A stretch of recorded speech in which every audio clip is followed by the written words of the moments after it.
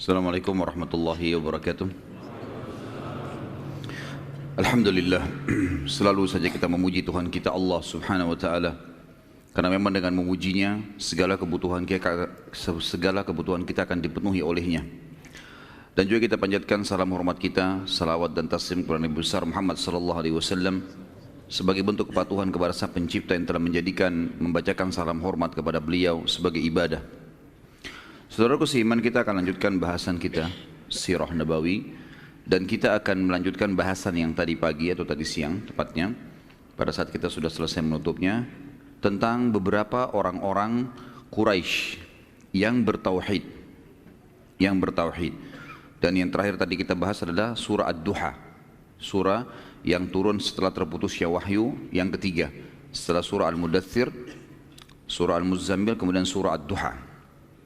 Sebelum kita masuk ke masalah dakwah Nabi SAW, sembunyi-sembunyi dan terang-terangan, memang seperti itu judulnya di dalam buku-buku sirah, maka kita akan sebutkan dulu beberapa orang-orang Quraisy yang tidak ikut-ikutan sembah berhala.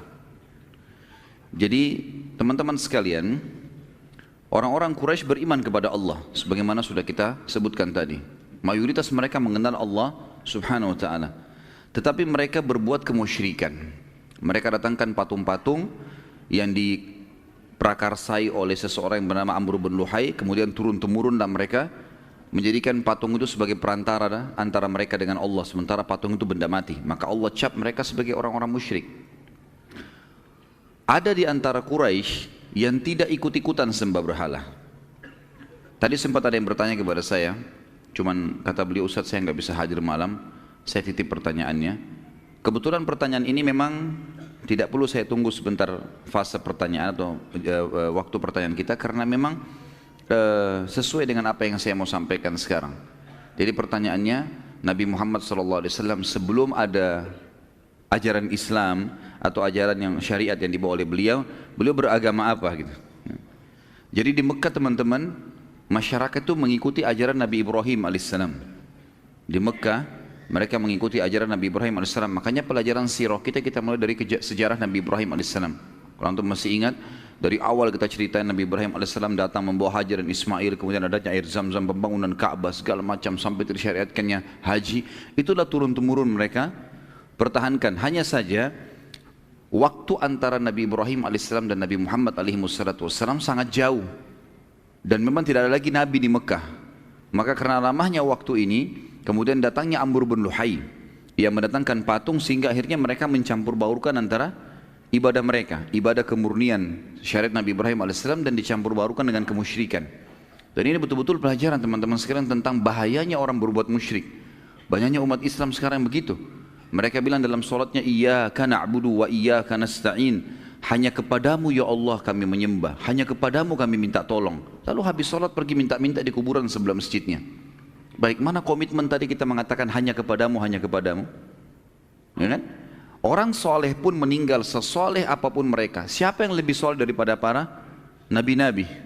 Siapa yang lebih soleh daripada para sahabat, teman-teman sekalian? Jelas tidak ada. Tapi nabi-nabi tetap kita bacakan salawat kepada mereka kan? Permintaan tambahan rahmat. Bahkan Nabi Muhammad SAW sendiri, orang yang paling mulia, kita disuruh memberikan salawat untuk beliau. Minta agar Allah tambahkan karunia rahmat, karunia dan rahmat yang luas gitu kan, kepada Nabi SAW. Begitu juga para nabi-nabi, begitu juga para sahabat. Tetap kita mengatakan radhiyallahu anhum, ridwanullahi alaihim. Kenapa kita doakan mereka? Karena memang orang sudah mati, memang begitu perintah agama, kita disuruh doakan gitu. Bukan kita yang datang minta-minta di kuburannya. Belum pernah teman-teman ada satu riwayat pun yang menjelaskan para sahabat ridwanullahi alaihim, kalau waktu setelah Nabi SAW meninggal mereka datang minta-minta di kuburan Nabi. Enggak pernah seperti perilaku banyak umat Islam sekarang. Taruh air lah, ambil tanahnya lah, berdoa di situlah, minta tolong lah, minta jodoh lah, minta jabatan. Ini semua kemusyrikan. Musyrik ini saudaraku seiman, tinggalkan, tidak boleh. Allah subhanahu wa ta'ala menyuruh kita memurnikan ibadah kepadanya. Makanya para sahabat kalau sendalnya putus minta ke langit, ya Allah sendal saya putus, sakit, ya Allah sembuhkan. Bukankah Nabi Ibrahim alaihissalam mengatakan, dan Allah kekalkan dalam Al-Quran, A'udzubillahi minasyaitonirrajim, alladzi yumituni thumma yuhyin. Ya. Dia yang menghidupkan dan mematikan saya. Kemudian dalam ayat yang lain Nabi Ibrahim alaihissalam mengatakan, wa idza maridtu fahuwa yashfin. Kalau saya sakit cuma dia yang menyembuhkan saya. Kalimat tauhid semuanya, pengesaan kepada Allah Subhanahu wa ta'ala. Berapa banyak orang terjerumus dalam kemusyrikan dan tidak sadar. Menyembelih untuk kuburan, menyembelih untuk patung, menyembelih untuk kuburan, statusnya muslim. Atau menyebarkan segala macam apa di pertaniannya, di perkebunannya, memasang buhul-buhul, percaya kepada jin-jin. Ini semua perbuatan kemusyrikan. Tidak ada dari ajaran Nabi SAW, kalau boleh pakai tenaga jin, Nabi sudah pakai tenaga jin. Ya kan? Di perang Uhud, perang Badar, perang Khaybar, tidak usah suruh sahabat berperang, panggil jin suruh perang. Orang Mekah nggak lihat kok. Kan? Bisa saja kan, tapi nggak dilakukan. Karena memang itu bukan bagian dari syariat kita, tidak bisa kita lakukan. Jadi hati-hati dengan kemusyrikan teman-teman. Abu Jahal, Abu Lahab, perhatikan, beriman kepada Allah loh. Beriman kepada Allah, mereka tahu ada Allah. Makanya tadi ayat yang saya bacakan, Allah berfirman, A'udzubillahi minasyaitonirrajim, wa idza sa'altahum. Hai Muhammad, kalau kau tanya mereka orang-orang Mekah itu, man khalaqas samawati wal ard, siapa pencipta langit dan bumi? Wa sakhkhara asy-syamsa wal qamar, dan mengatur dan menundukkan bulan dan matahari dan bulan. La yaquluna Allah, mereka pasti serentak penduduk Mekah akan mengatakan ada Tuhan namanya Allah. Tanya mereka, hai Muhammad, kenapa mereka sembah-sembah berhala itu kalau begitu? Untuk apa mereka datangkan berhala-berhala? Mereka jawab dan Allah kakalkan, ma na'buduhum illa liyuqarribuna ilallahi zulfa. Kami enggak sembah berhala-berhala ini kecuali hanya perantara yang memudahkan kami mendekatkan diri sama Allah. Apa hubungannya?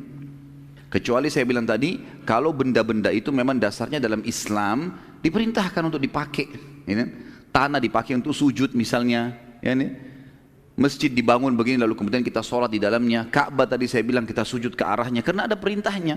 Kalau nggak ada perintahnya nggak usah. Seperti kasus tadi Hajar Aswad yang Umar bin Khattab mengatakan, demi Allah saya tahu kau hanya batu biasa, kalau bukan saya melihat Rasulullah SAW menciummu, saya tidak akan menciummu. Dan ini kemurnian tauhid. Penting sekali teman-teman. Yang membuat kemuliaan Islam awal adalah ketauhidan. Kapan kita rusak itu kita akan rusak semuanya. Dan ingat kaum Nabi Nuh. Nabi Nuh alaihissalam ya, mengingatkan kaumnya selama 950 tahun itu teman-teman sekalian, semuanya mengingatkan masalah tauhid dan mereka menyembah berhala. Akhirnya Allah binasakan mereka. Jadi ini harus digarisbawahi teman-teman sekalian. Baik. Di antara tokoh-tokoh Mekah, ada beberapa orang yang masyhur disebutkan di dalam buku-buku sejarah. Kenapa empat orang ya? Empat orang ini kenapa secara khusus disebutkan namanya? Karena empat orang ini mereka memang meninggal sebelum masa kenabian. Sebenarnya ada selain mereka yang mentauhidkan Allah. Seperti Nabi Muhammad SAW, Abu Bakar tidak pernah sujud kepada berhala. Gitu kan? Tetapi Nabi SAW jadi Nabi, Abu Bakar beriman pada Nabi SAW, Khadijah juga tidak pernah ikut-ikutan sembah berhala, tapi nanti mendapat fase kenabian dan beriman ya. Tapi empat orang ini, empat-empatnya dijamin oleh Nabi SAW masuk surga. Artinya ada penyebutan hadis tentang mereka di surga. Itu karena mereka mentauhidkan Allah di masa orang-orang Quraisy menyembah berhala, dan mereka sempat mendakwahi kaumnya. Jadi mereka masih menjaga kemurnian ajaran Ibrahim alaihissalam. Ada di antara mereka nanti juga yang mengikuti ajaran Nabi Isa alaihissalam. Baik, empat orang ini teman-teman sekalian adalah yang pertama Uthman bin Talha, kemudian Waraka bin Naufal, yang kedua, nanti saya ulangi lagi kalau ada yang mau tulis, yang ketiga Zaid ibn Amr bin Nufail, kemudian yang terakhir Qis bin Sa'ilah. Yang pertama Uthman bin Talha, yang kedua Waraka bin Naufal, yang ketiga Zaid ibn Amr ibn Nufail, dan yang keempat Qis bin Sa'ilah. Saya akan sebutkan kisah ringkasnya keempat orang ini. Keempat orang ini teman-teman orang yang gelisah sekali di Mekah karena mereka sudah sepuh ya, sudah berumur, dan mereka memang tidak pernah menyembah berhala. Mereka gelisah melihat orang tawaf telanjang, orang sembah berhala, orang makan bangkai, minum darah, segala macam. Di Mekah jahiliyah luar biasa. Mereka mengganti zikir-zikir dan doa kepada Allah dengan bersiul dan tepuk tangan. Ya, begitu mereka pada saat tawaf gitu kan. Itu Allah sebutkan dalam Al-Quran, mukaan wa tasdiyah. Dalam ayat Al-Quran disebutkan mereka bersiul dengan tepuk tangan gitu. Maka mereka gelisah. Keempat orang ini lalu sepakat kita keluar dari Mekah aja. Maka kita mulai dari Uthman bin Talha dan Waraka bin Naufal. Dua orang ini keluar menuju ke negeri Syam, dan keduanya akhirnya menemui pendeta Nasrani. Lalu mulai bertanya tentang apa itu agama Nasrani. Pada saat itu dengan mengambil kesimpulan bahwasanya Nasrani mengimani ada Tuhan namanya Allah, dan mereka mengatakan Isa datang setelah Ibrahim, maka berimanlah Waraqah bin Naufal dengan Uthman bin Talha. Ini ringkas cerita keduanya. Tentu Uthman bin Talha, saya pribadi tidak menemukan hadis menyebutkan tentang dia, tetapi Waraqah bin Naufal ada. Sebagaimana saya jelaskan tadi, kasus setelah bertemu dengan Nabi SAW, dan dia mengatakan, hai Muhammad, demi Allah yang menemui kau adalah Namusul Akbar, nama lainnya Jibril AS yang telah menemui Musa. Kalau seandainya saya mendapatkan masa kau nanti dirobatkan jadi Nabi, sudah diperintahkan berdakwah, maka aku akan jadi penolongmu. Nanti aku beriman padamu, dan aku pada saat kaummu mengeluarkanmu dari kota ini. Terus Nabi SAW menyebutkan pada saat Waraqah bin Naufal meninggal di masa 6 bulan fase terputusnya wahyu, aku diperlihatkan Waraqah bin Naufal di surga. Kemudian kisah Zaid bin Amr bin Nufail, ini agak unik sedikit kisahnya. Zaid bin Amr bin Nufail lebih kritis, orangnya lebih kritis, ya. Dia kemudian menemui pendeta Nasrani, dia menemui pendeta Yahudi, bukan pendeta Nasrani. Dia pergi ke negeri Syam, yang dia tanya-tanya ke orang, siapa orang yang paling pintar di muka bumi, yang mengenal Allah. Maka simpang siur berita, mereka mengatakan pendeta Yahudi. Ditanya orang Yahudi, siapa pendeta kalian yang paling luar biasa, yang kalian anggap paling pintar? Ditunjuklah seseorang. Datanglah Zaid rahimahullah ke sana. Begitu ngobrol sama pendeta Yahudi, dia bilang, jelaskan kepada saya agama anda. Dijelaskanlah Nabi Musa, kitab Taurat, dan seterusnya, macam-macam hukum Allah. Tertarik Zaid bin Amr ini. Dia bilang, baik, saya tertarik, saya ingin masuk agama Yahudi. Bagaimana caranya? Waktu dia bilang bagaimana caranya, teman-teman sekalian, ini yang membuat Zaid batalin masuk Yahudi. Apa kata pendetanya? Kalau kau mau jadi Yahudi, kamu harus dimurkahi sama Allah dulu, baru kamu taubat, baru masuk Yahudi. Kata Zaid bin Amr, saya tinggalkan Mekah karena takut dari murkahnya Allah. Ngapain saya sekarang nyari murkahnya Allah? Dia bilang itu syaratnya kalau mau Yahudi. Harus cari dulu masalah, biar Allah murka, baru kau tobat. Kemudian baru bisa masuk agama Yahudi. Kata dia, saya tidak mau agama ini. Ada nggak orang yang pintar lain yang mengenal Allah selain anda? Dia bilang, saya tidak tahu. Kecuali pendeta Nasrani. Karena mereka mengaku ada Nabi setelah Musa. Baik, di mana tempat mereka? Ditunjuklah beberapa gereja. Pergilah Zaid bin Amr ini ke gereja. Tanya Nasrani, siapa pendeta yang paling pintar? Si fulan, didatangilah pendeta itu. Tanya-tanya Nasrani, ternyata memang informasinya lebih lengkap. Karena orang-orang Nasrani beriman tentang Musa, tapi ada Nabi lagi setelahnya namanya Isa. Mereka beriman ada Taurat, mereka beriman ada kitab setelahnya namanya Injil. Berarti ini lebih sempurna. Apa hukum-hukum dijelaskan semua. Baik, setelah itu saya mau masuk agama Nasrani. Jawabannya pendeta Nasrani juga membuat dia tidak jadi masuk Nasrani. Apa jawabannya? Waktu ditanya bagaimana caranya masuk Nasrani, kata pendeta itu dalam riwayat ini, kamu harus sesat dulu. Setelah kamu sesat, gitu kan, kemudian kau taubat baru jadi Nasrani. Kata dia, saya tinggalkan Mekah supaya nggak sesat. Ngapain saya harus sesat sekarang gitu? Dia bilang itu syaratnya. Kata Zaid, saya tidak mau kalau begitu. Agama apa yang mengenal Allah yang kau kenal, yang kau tahu? Dia bilang, saya tidak tahu. Yang saya tahu cuma ada satu, namanya agama Hanif. Apa itu agama Hanif? Agamanya Nabi Ibrahim alaihissalam. Kan Allah sebutkan Hanifah Muslimah. Ya, itu Ibrahim alaihissalam punya Hanif. Hanif itu agama lurus, mentauhidkan Allah. Pokoknya nggak ada sekutunya Allah. Allah itu Esa. Dan ini memang ajaran murni gitu kan. Lalu kata Zaid, bagaimana caranya? Siapa yang saya temui untuk saya belajar? Kata pendeta itu, nggak ada lagi. Nggak ada orang. Saya pun tidak tahu itu. Itu dulu agama di Mekah gitu.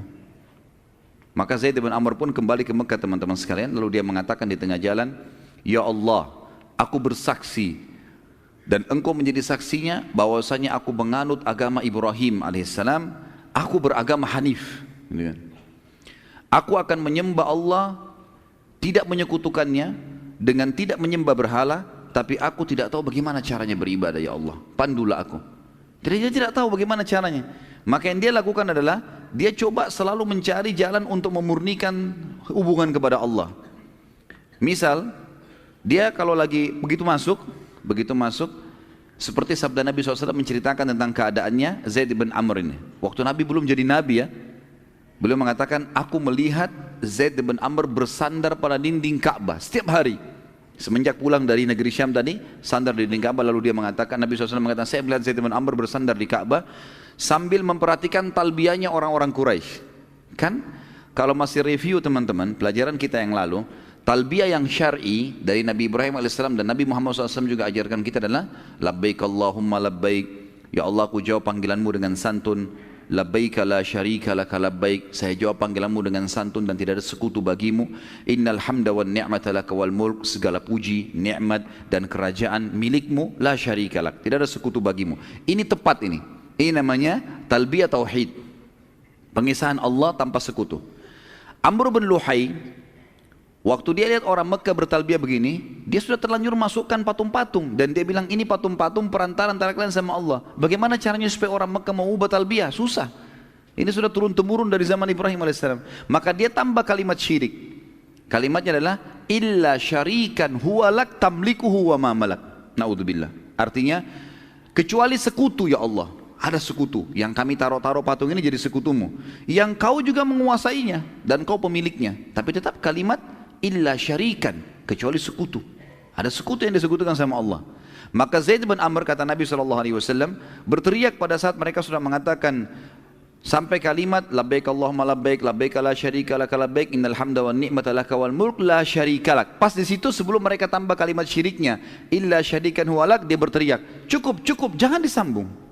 Selalu dia berkata begitu, berhentilah. Lalu orang-orang Quraisy melempari dia dengan batu, menyuruh Zaid bin Amr rahimahullah untuk meninggalkan tempat itu. Dia juga tidak cukup sampai dia tetap aja tidak, jangan, bertauhidlah kepada Allah. Ini ajaran Nabi Ibrahim, harus hanif, lurus, nggak boleh gitu. Jadi dia coba cari celah di mana yang ada kalimat syirik, maka dia tinggalkan sama dia. Begitu juga dengan orang-orang Quraisy, mereka suka datang membawa sembelihan-sembelihan, lalu kemudian mereka menyembeli untuk patung-patung itu. Ada di antara mereka teman-teman yang menggunakan nama Allah, gitu kan? Pada saat mau menyembeli, mereka menggunakan nama Allah, tapi untuk berhala, gitu kan? Jadi misal orang Islam sekarang menyembeli untuk laut, supaya kapalnya tidak tenggelam, penjaga lautan lah, ya? Untuk apalah, untuk kebun, untuk rumah baru, segala macam menyembeli bukan untuk Allah, gitu kan? Walaupun menggunakan nama Allah ini bisa syirik, ya? Karena tujuannya untuk itu, bukan untuk Allah SWT murni. Maka Zaid bin Amr berdiri dekat mereka, jangan sembelih untuk patung-patung ini, sembelihlah. Allah yang menciptakan hewan-hewan ternak itu untuk kalian nikmatin. Kenapa kalian menyembelih untuk berhala? Dan mereka habis disembelih, mereka nggak makan daging itu, dagingnya dibuang aja di situ sampai membusuk di dekatnya berhala itu. Jelas-jelas patung nggak bisa makan, ya rusaklah dagingnya, gitu kan? Tapi begitu yang mereka lakukan. Tapi Zaid bin Amr terus mengingatkan. Sampai akhirnya Zaid bin Amr ini meninggal, dia wafat 5 tahun sebelum penobatan Nabi SAW jadi Nabi. Dan Nabi SAW bersabda dalam hadis sahih, aku melihat Zaid, aku diperlihatkan Zaid mengenakan pakaian-pakaiannya di surga. Juga dalam hadis yang lain, Zaid akan dibangkitkan satu umat. Jadi dia sendiri hari kiamat sendirian, seperti satu umat sendiri. Artinya dia dipastikan akan selamat dengan izin Allah. Dan Nabi SAW sempat bersahabat sama Zaid, karena Nabi SAW juga tidak sembah berhala. Tapi waktu itu belum ada perintah syariat, belum dinobatkan jadi Nabi, gitu kan. Yang terakhir, yang keempat teman-teman sekalian adalah Qis bin Sa'ilah. Qis bin Sa'ilah juga orang yang bertauhid dan tidak syirik. Dan dia lebih dulu berdakwah daripada Zaid bin Amr, daripada Uthman bin Talha, daripada Waraqah bin Naufal. Kalau Uthman bin Talha dan Waraqah bin Naufal, mereka tidak mendakwakan agama Nasrani di Mekah. Mereka cuma ambil buat diri mereka sendiri, gitu kan. Kalau Zaid bin Amr, dia menjalankan agama Ibrahim alaihissalam, dan Qis bin Sa'ilah juga bertauhid. Tapi dia tidak menyatakan agama apa yang dia pegangi. Dia cuma berjalan dengan apa yang sudah dianggap bagian daripada syariat Ibrahim alaihissalam di Mekah. Karena dia sering melakukan atau melarang orang-orang menyembah berhala, menyembelih seperti Zaid bin Amr tadi, maka dia diusir dari Mekah. Waktu dia diusir dari Mekah, maka dia pun hidup di padang pasir. Dalam beberapa athar disebutkan kalau Qis bin Sa'ilah ini orangnya sangat dewasa, bijaksana, dan kadang-kadang orang Mekah kalau punya masalah bertanya kepada dia. Saking seringnya dia hidup di padang pasir dan sendirian, maka dia hidup bersama dengan uhush dalam bahasa Arab, dalam buku-buku sirah, atau sama hewan-hewan liar. Sampai dikatakan dalam salah satu kisah, beberapa orang Mekah pernah mau bertanya sama dia, minta pendapatnya. Dia sedang minum di genangan air bersama singa-singa, gitu kan. Dan pada saat itu dia sempat memukul beberapa ekor singa sambil mengatakan, berikan temanmu minuman. Jadi saking seringnya sudah hidup sama hewan-hewan ini. Dia tinggal 2 dari Mekah. Itu yang dinukil daripada atau dari kisah-kisah bin Sa'ilah. Dan juga ini sama dengan Uthman bin Talha yang tidak disebutkan atau tidak saya temukan. Saya pribadi ya, bahwasanya Nabi SAW bersabda mereka di surga. Tapi yang 2 tadi jelas-jelas ada hadisnya. Walaupun sebagian ulama mengatakan keempat nama ini karena mereka bertauhid atau yang 2-nya mengikuti ajaran Isa alaihissalam selama mereka tidak menyekutukan Allah. Dan kita tahu sebelum Nabi Muhammad SAW, setiap Nabi diutus untuk wilayah masing-masing. Misal Mekah, Nabi Ibrahim alaihissalam. Penduduk Mekah, walaupun di sana keluar Isa di Bani Israel, mereka cukup ikuti namanya ajaran Nabi Ibrahim alaihissalam. Mereka nggak perlu ikutin Injil. Tapi kalau ada di antara mereka yang mau pergi ke negeri Syam beriman, itu nggak ada masalah. Mereka ikuti syariatnya karena nabi-nabi sebelum Nabi Muhammad SAW khusus untuk wilayahnya saja. Jadi kalau orang wilayah itu beriman pada Nabi itu, jalankan syariatnya sudah cukup. Kecuali Nabi Muhammad SAW, begitu beliau datang, seluruh dunia ini harus beriman. Nggak ada lagi wilayah yang terpilah-pilah. Masih ingat saya pernah cerita, Nabi Musa AS sezaman dengan Nabi Khidir. Beda masing-masing punya syariat. Kemudian ada Nabi Shu'aib, mertuanya Nabi Musa AS, beda. Di Madian dengan Nabi Musa AS di Palestina dan Mesir. Kita tahu Nabi Isa zaman dengan sepupunya sendiri Nabi Yahya, masing-masing punya hukum. Gitu. Nabi Yahya alaihissalam punya hukum sendiri, gitu kan? Maka masing-masing berjalan dan orang-orang yang hidup di wilayah masing-masing kalau mengikuti syariat nabinya sudah cukup. Tapi mereka harus mengimani keberadaan nabi-nabi yang lain. Cuma penerapan hukum seperti itu. Makanya tadi kalau ada yang bertanya, misal bagaimana Waraqah bin Naufal bisa masuk surga sementara dia menganut agama Nasrani? Karena memang dia punya hak pada saat itu. Pada saat itu orang bisa mendatangi wilayah di mana ada Nabi lalu dia beriman padanya, menjalankan syariatnya. Nah, seperti itulah sebelum Nabi SAW. Baik, sekarang kita teman-teman masuk ke masalah fase dakwah. Karena tadi sudah kita terangkan ada surah Al-Muzammil, ada Muddathir, ada Muzammil. Kan jelas ayatnya ya. Hai orang yang berselimut, bangunlah. Nah, disuruh Nabi SAW menyampaikan dakwah, turunlah beberapa hukum-hukum syariat. Walaupun teman-teman sekalian fase dakwah Nabi SAW 13 tahun di Mekah dikenal dengan fase Makkiyah dan ada 10 tahun di mana dikenal dengan fase Madinah. Ya, kalau ayat dikatakan ayat Makkiyah dan ayat Madaniyah.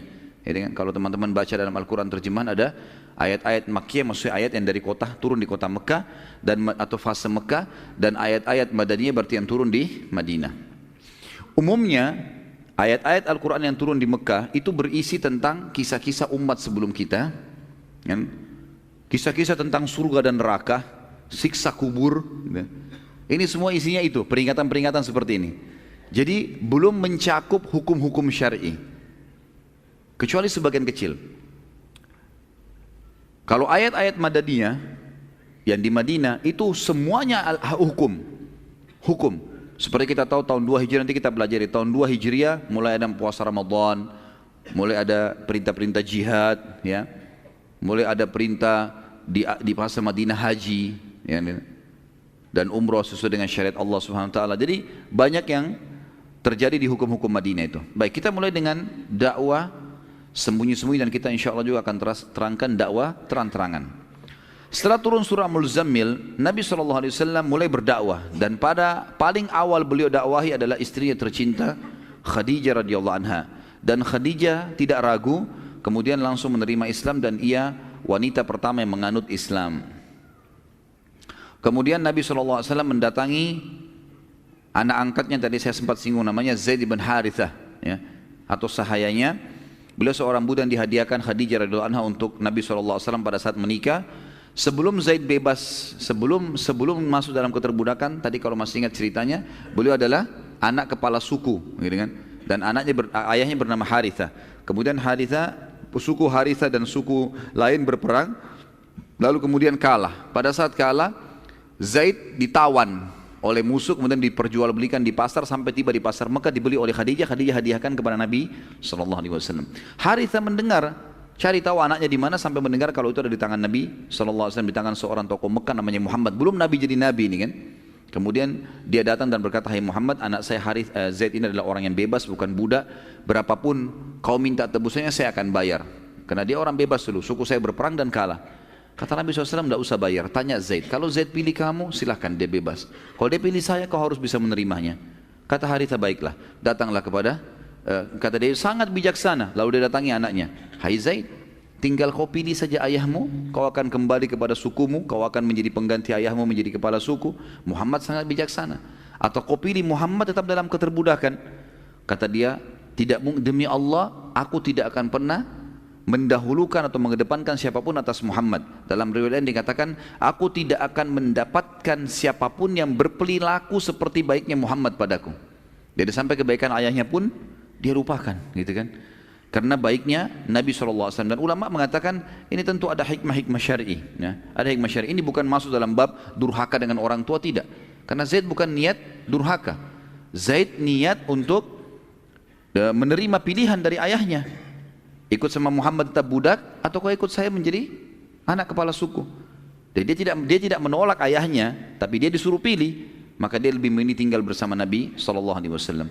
Dari semenjak kisah itu maka Zaid diganti namanya dari Zaid bin Haritha menjadi Zaid bin Muhammad, sampai turun firman Allah Subhanahu wa taala dalam surah Al-Ahzab surah nomor 33 ayat 40.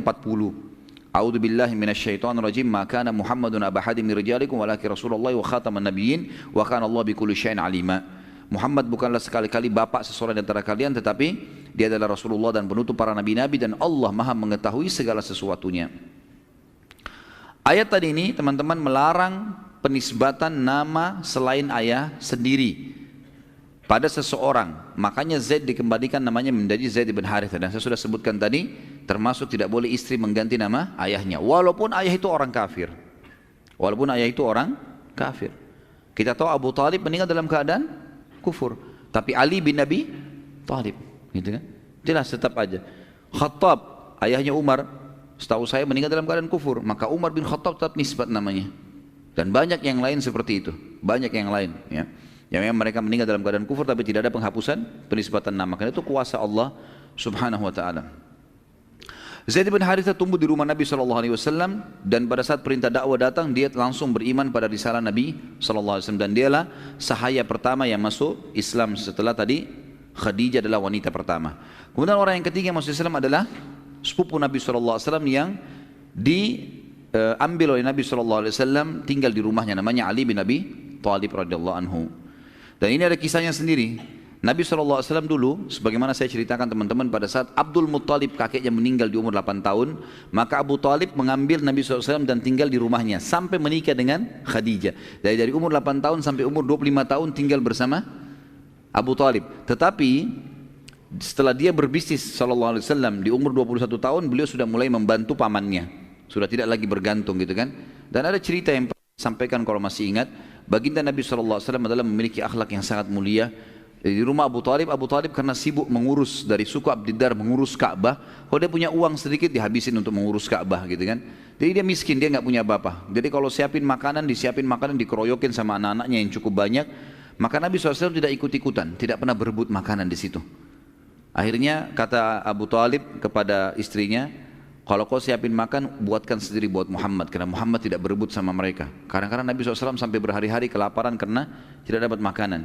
Nah, untuk membalas jasa pamannya sekarang, setelah beliau menikah, sudah punya kemampuan, beliau mendatangi pamannya yang lain bernama Abbas, yang nanti masuk Islam radhiyallahu anhu, ayahnya Abdullah bin Abbas, ya. Dia mengatakan, wahai paman, kayaknya pamanku yang satu Abu Talib, kita tahu keadaannya, anaknya banyak, keadaan ekonominya miskin. Bagaimana kalau kita ambil anak-anaknya, supaya anak-anaknya meringankan bebannya Abu Talib. Kata Abbas, pemikiran yang bagus. Abbas bilang, Muhammad SAW mengatakan, saya ambil satu, anda ambil satu, siapa ambil satu, keluarga bagi deh, kita hidupkan. Tetap dia bertemu sama ayahnya, tapi kita yang biayai hidupnya, tinggal serumah dengan kita. Maka pada saat itu mereka menyampaikan hajatnya kepada Abu Talib. Abu Talib mengatakan, kalau kalian meninggalkan untuk saya Aqil ini anak tertuanya, maka yang lain silakan ambil, nggak masalah. Yang penting Aqil tinggal bersama saya. Maka Nabi SAW pun memilih Ali bin Abi Thalib. Dan ini satu karunia yang besar sekali dari Allah yang maha tinggi dan maha pemurah untuk Ali radhiyallahu anhu. bagaimana dia hidup di rumah Nabi SAW, di rumah kenabian, ya. Dan nanti Nabi SAW pun juga menikahkan dia dengan anak Nabi SAW, Fatimah, yang sudah masyhur tentunya.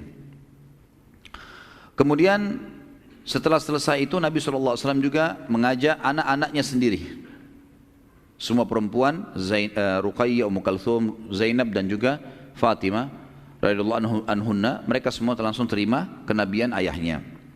Lalu Nabi SAW tidak menunda, subhanallah, di hari itu juga. Dan ini ciri orang beriman, kalau sudah tahu kebenaran, sudah tahu dalilnya, sampaikan, jangan ditunda. Kita nggak tahu umur, sampaikan tentang sholat, sampaikan tentang apa saja yang kita jelas ilmunya, nggak salah, sampaikan saja. Karena itu jadi amal jariah buat kita, dan ilmu itu adalah amal jariah yang luar biasa, karena sekali kita ajarkan ke orang, dia faham sampai mati tuh. Dia amalkan atau tidak amalkan, minimal dia sudah faham. Apalagi kalau diamalkan sama dia, apalagi kalau diajarkan ke orang lain, gitu kan? Maka Nabi SAW langsung keluar rumah dan menemui sahabat paling terdekat dengan beliau, yaitu Abu Bakar radhiyallahu anhu. Dan Abu Bakar namanya adalah Abdullah bin Abi Quhafah. Abu Bakar julukannya, kunyanya, tapi namanya Abdullah bin Abi Quhafah radhiyallahu anhu, sahabat yang sangat luar biasa. Datanglah Nabi SAW lalu mengatakan, wahai Abu Bakar, saya adalah utusan Allah, telah datang wahyu, datang begini, diceritain semua. Kata Abu Bakar, ya engkau adalah utusan Allah. Asyhadu an la ilaha illallah wa anna Muhammadar Rasulullah. Spontan. Sampai kata Nabi SAW, tidak ada orang yang aku ajak Islam. Maksudnya bukan Khadijah, bukan Ali, bukan Zaid, bukan tadi orang-orang yang pertama. Setelah Abu Bakar, tidak ada orang yang aku ajak setelah Abu Bakar masuk Islam kecuali bertanya. Melainkan Abu Bakar tidak pakai bertanya, langsung saja syahadat. Setelah itu Abu Bakar sangat cerdas, bertanya kepada Nabi SAW, ya Rasulullah, tadinya panggil Muhammad, sahabat dekatnya. Tahu utusan Allah, mengatakan, wahai utusan Allah, ya Rasulullah, apa yang anda perintahkan sama saya ini? Ini saya sudah tahu kebenaran, apa yang saya harus lakukan? Kata Nabi SAW, sebarkan semampumu. Baik ya Rasulullah. Keluar Nabi SAW dan Abu Bakar nggak pakai tunggu teman-teman, hari itu juga keluar cari teman-teman dekatnya. Dan orang yang paling dekat dengan Abu Bakar adalah Utsman bin Affan. Datangi Utsman bin Affan, hai Utsman begini-begini, syahadat. Dan ini luar biasa ya, berarti semua perbuatannya Utsman dari pertama syahadat sampai menjadi khalifah, Abu Bakar panen pahalanya. Ini perilaku yang luar biasa teman-teman, jangan tunda. Teman-teman pedagang sudah tahu di pengajian, sebarkan pengajian itu di pasar. Yang kerja di kantor, sebarkan di kantor. Kalau mereka berubah mengerjakan teman-teman sekalian, maka itu luar biasa. Sebarkan ke keluarga, kebaikan-kebaikan, jangan tunda. Jangan kasih peluang orang lain yang melakukannya, karena kita membutuhkan itu. Jangan sibuk anak-anak kita terus sekolah yang kita andalkan. Antum punya andil apa? Gitu. Didik mereka, ajarkan mereka kebaikan-kebaikan. Jangan cuma sekolah kita andalkan, karena kita juga butuh amal jariah dari mereka, gitu kan? Lalu setelah itu tentu kita sudah tahu ya, Utsman punya banyak sekali hadis ya, di antaranya Nabi SAW mengatakan, tidakkah saya malu dengan laki-laki yang malaikat pun malu padanya, itu Utsman bin Affan, karena luar biasa ibadahnya, sampai sebagian ulama mengatakan karena Utsman bin Affan tidak pernah lihat kemaluannya sendiri, apalagi lihat kemaluan orang lain, jadi malaikat pun malu sama dia, sampai luar biasa begitu. Kemudian Utsman bin Affan juga yang pernah, nanti kita akan pelajari insya Allah bagaimana dia membiayai peperangan-peperangan, sampai kata Nabi SAW, tidak ada lagi yang bisa menahan Utsman masuk ke surga setelah apa yang dilakukan hari ini. Berinfak luar biasa. Ada kisahnya saya sebutkan di YouTube tentang Utsman bin Affan radhiyallahu anhu. Tapi yang inti kita ingin titik beratkan, semua pahala Utsman dipanen oleh siapa? Abu Bakar. Hanya dengan ngajak syahadat, tidak ada ruginya, nggak ada capeknya, nggak ada biayanya, gitu kan? Ajak syahadat. Nanti dia tidak terima Ustaz, bukan urusan kita, dia tidak terima. Sampaikan dulu. Ma'alaika illa al-balagh. Tugasmu cuma sampaikan. Saya datang sini teman-teman, saya cuma sampaikan. Entah siapa di antara antum yang amalkan, Allahu alam. Yang amalkan alhamdulillah akan jadi amal jariah buat saya gitu. Sampaikan saja. Baik, kemudian tidak berhenti sampai situ. Begitu Utsman bin Affan selesai, sudah syahadat sama Abu Bakar, saya pamit ya, pergi ke rumah sebelah. Di sebelah rumahnya Utsman ada sahabat yang mulia, sahabat yang salah satu juga dijamin masuk surga, Zubair bin Awam, terkenal dengan keberaniannya luar biasa dalam peperangan. Zubair bin Awam ini anaknya Sofia, Sofia tantenya Nabi, ini sepupu Nabi sendiri loh, kan gitu. Jadi bagaimana Abu Bakar jelinya mencari orang-orang yang terdekat sama Nabi yang didatangin, sebelum ada orang lain mendahuluinya. Abu Bakar bukan cari kerabat-kerabatnya, orang-orang yang terdekat dengan Nabi dulu, sepupu-sepupunya Nabi datangi semuanya. Dan waktu itu Zubair bin Awam berumur 16 tahun. Anaknya Sofia. Sofia ini adalah tante Nabi SAW. Dan Zubair bin Awam sangat terkenal. Kalau dia ada di medan perang, teman-teman sekalian, musuh sudah takut. Begitu ada Zubair, mereka tahu, mereka cari tahu siapa prajurit muslim yang paling kuat. Kalau sebut ada Zubair di sana, mereka sudah ketakutan. Zubair suka bawa 2 tongkat tajam, ditaruh di pundaknya 2, gitu kan. Punya ciri khas warna. Dia kalau berhadapan musuh di medan perang, peperangan manapun, Zubair ini selalu dia di depan. Ini musuh, dia di depan sini. Pasukan muslim di belakangnya. Sambil ngelihat mukanya musuh ini. Nah. Tunggu di belakang takbir, dia masuk serbu duluan, sendirian. Sampai ke belakang pasukan musuh, dia kembali lagi. Mati terbunuh, mati syahid. Saking beraninya, luar biasa gitu. Sampai musuh ketakutan kalau dia ada, karena satu orang bisa ngocak-acik macam-macam. Gitu kan. Seperti itulah. Dan yang panen pahalanya siapa? Abu Bakar. Karena dakwah, gitu kan. Karena sampaikan. Kemudian teman-teman sekalian, tidak cukup sampai situ. Dia mendatangi sahabat dekatnya Zubair, juga satu dijamin masuk surga, Talha bin Ubaidillah. Ini juga satu yang dijamin masuk surga. Orang yang terkenal, dia bersaing dengan Utsman bin Affan dalam sedekah. Kalau antum dengar di YouTube sudah ada serial sahabat, alhamdulillah sudah sampai 18 serial sahabat. Salah satunya adalah Talha bin Ubaidillah. Bagaimana infaknya dalam hidupnya, luar biasa kiprah-kiprahnya dalam peperangan. Sampai Talha bin Ubaidillah ini diberikan julukan sama Abu Bakar adalah perang Uhud miliknya Talha bin Ubaidillah. Karena waktu Nabi SAW terdesak, dia menahan Nabi dengan badannya. Sampai dia pingsan gara-gara luka semua badannya. Tangannya sampai terputus, giginya sampai ompong gitu kan di perang Uhud itu. Sampai para sahabat memuji mengatakan, ompongmu membawa masuk surga gitu. Lah ya. Karena jatuh giginya disuruh kena membela Nabi SAW. Dan mereka mengatakan Allah memberikan ketampanan pada Talha justru pada saat dia sudah ompong lebih tampan lagi. Nah iya, begitu dinukil dalam riwayat. Allah berikan begitu luar biasa. Nah, sudah masuk Isya? Baik sebentar. Kemudian setelah Talha bin Ubaidillah masuk Islam, ini hari yang sama ya, Abu Bakar gak tunda nih. Juga dipanen pahalanya. Datang dia kepada sahabat yang mulia, salah satu juga yang jamin masuk surga, Sa'ad bin Abi Waqqas. Sahabat yang mulia luar biasa. Seluruh wilayah Persia takluk di tangannya Sa'ad bin Abi Waqqas. Seluruh wilayah Persia. Jadi Iran, Irak, Afghanistan, Rusia, semua itu teman-teman sekalian masuk Islam dengan perantara Sa'ad bin Abi Waqqas. Panen pahalanya luar biasa. Puluhan jutaan orang masuk Islam, dan ulama-ulama kita tahu seperti Imam Abu Hanifah di sana, ya kan?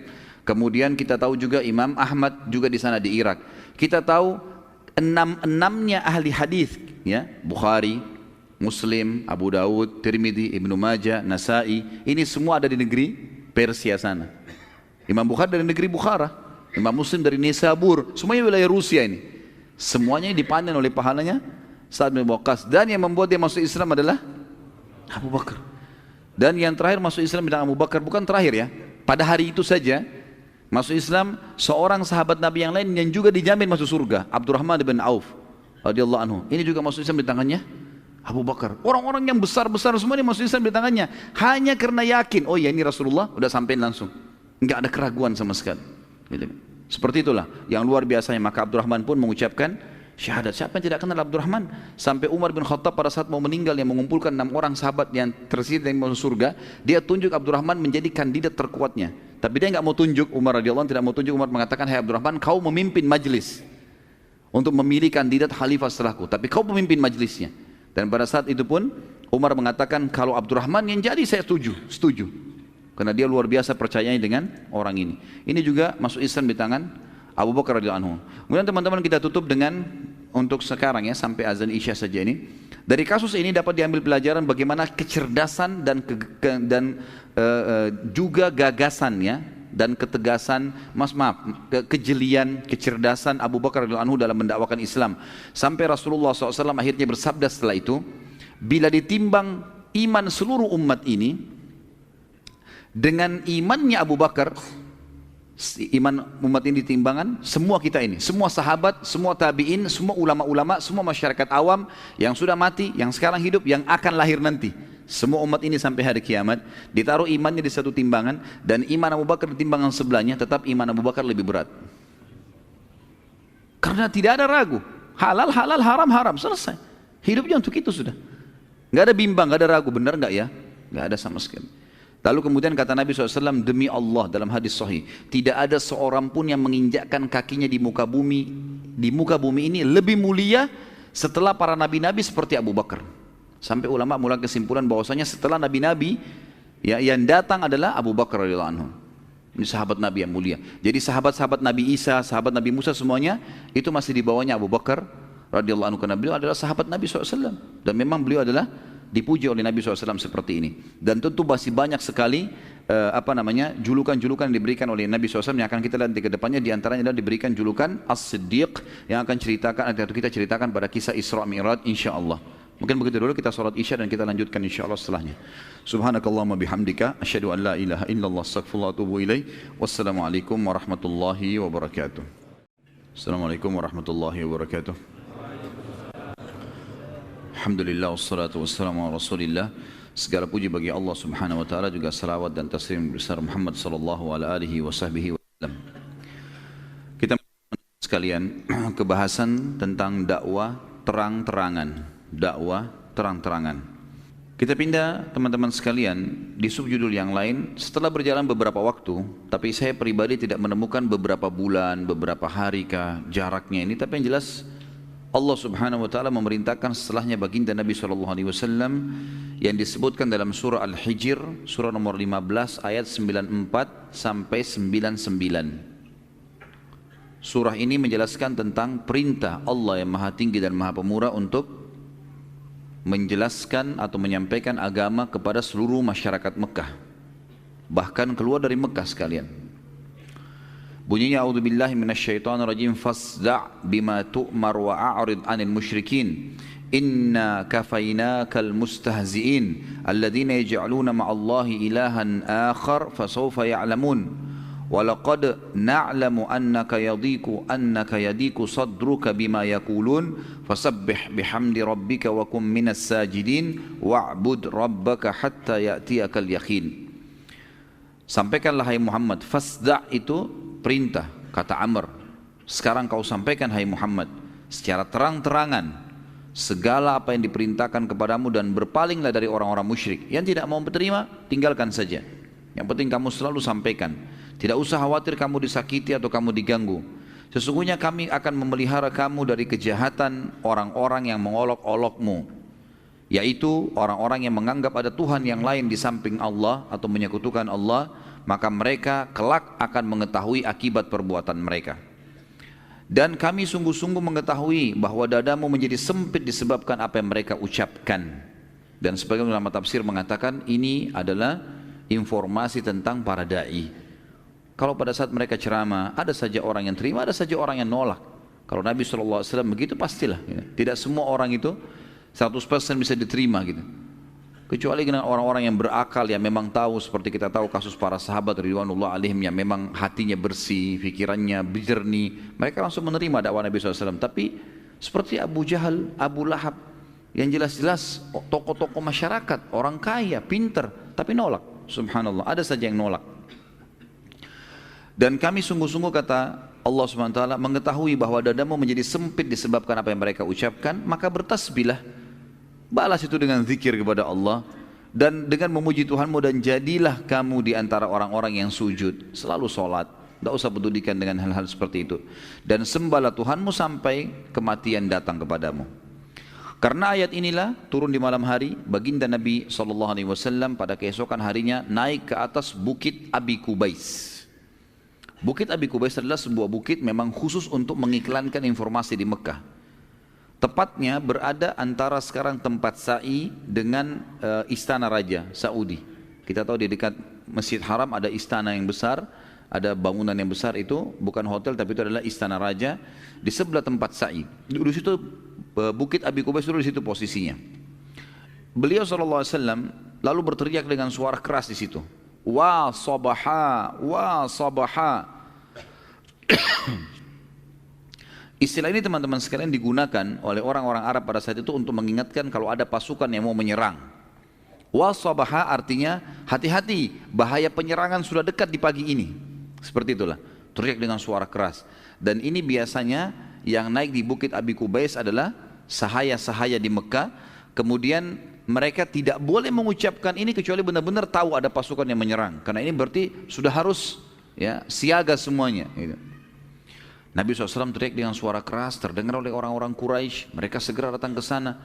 Lalu mereka kaget, ternyata yang dilihat adalah baginda Nabi SAW. As-Sadiqul Amin, orang yang paling jujur dan bisa dipercaya, yang paling terpercaya. Lalu mereka pun berkumpul semua. Lalu Nabi SAW menunggu sampai mereka terkumpul semua.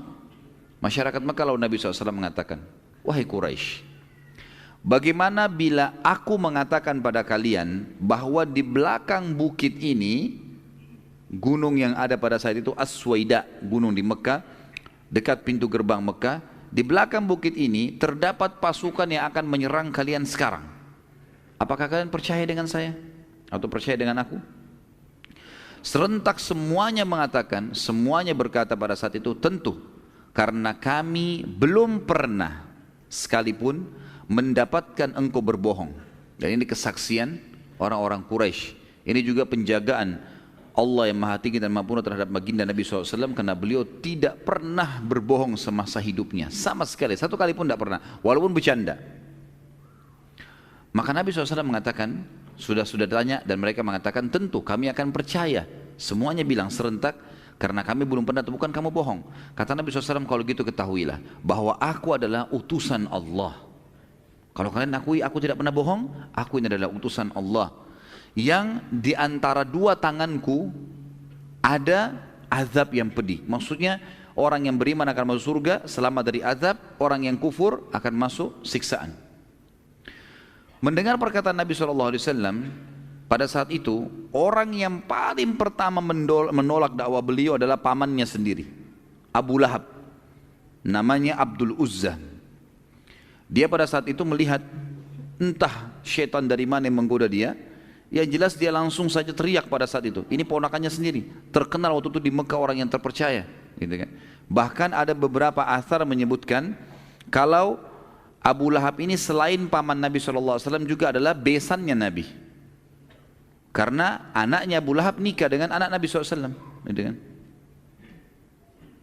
Maka Ruqayyah atau Ummu Kalsum salah satunya menikah dengan anak Abu Lahab, yang akhirnya Abu Lahab suruh ceraikan setelah mengetahui kalau Nabi SAW diutus menjadi Nabi. Malah seperti saking bencinya, entah syaitan dari mana, kata para ulama, yang telah merasuki Abu Lahab sampai seperti ini. Padahal dia tidak ada ruginya kalau dia beriman.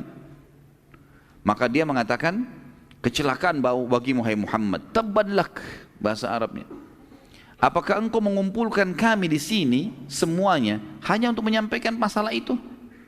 Maka Abu Lahab pun akhirnya membubarkan orang-orang, dan dia berkata pada saat itu, bubarlah dan jangan dengarkan dia. Lalu dia sepakat sama istrinya untuk meletakkan duri di jalan yang Nabi SAW lewati, supaya jangan berdakwah. Bayangkan ya, tidak ada sebab loh ini. Abu Lahab ini pamannya Nabi, artinya kalau memang sampai Nabi pun terkenal, nanti akan kita lihat riwayatnya itu atau kisahnya itu, mereka juga untung sebenarnya, kalaupun dia tidak beriman. Maka turunlah pada saat itu langsung spontan di Bukit Abi Qubais wahyu Allah surah Al-Lahab, karena perilaku Abu Lahab ini, gitu kan. Dan langsung pada saat itu, karena dia orang yang pertama menolak dakwah, diklaim, dicap oleh Allah ahli neraka. Ini orang sampai mati nggak bakal masuk Islam, mustahil. Memang sudah begitu, Allah sudah tahu, maka dikekalkan dalam Al-Quran. Surah Al-Lahab, surah nomor 111, ayat 1 sampai ayat 5 yang sudah kita hafal tentu. A'udzubillahi minasyaitonirrajim. Tabbat yada abi lahabin wa tab. Ma agna anhu maluhu wa ma kasab. Tab itu adalah celaka, binasa, kedua tangannya Abu Lahab. Dan sesungguhnya pasti dia akan binasa. Tidak akan bermanfaat seluruh harta benda yang dia telah kumpulkan dan usahakan. Sayasla naran dzata lahab.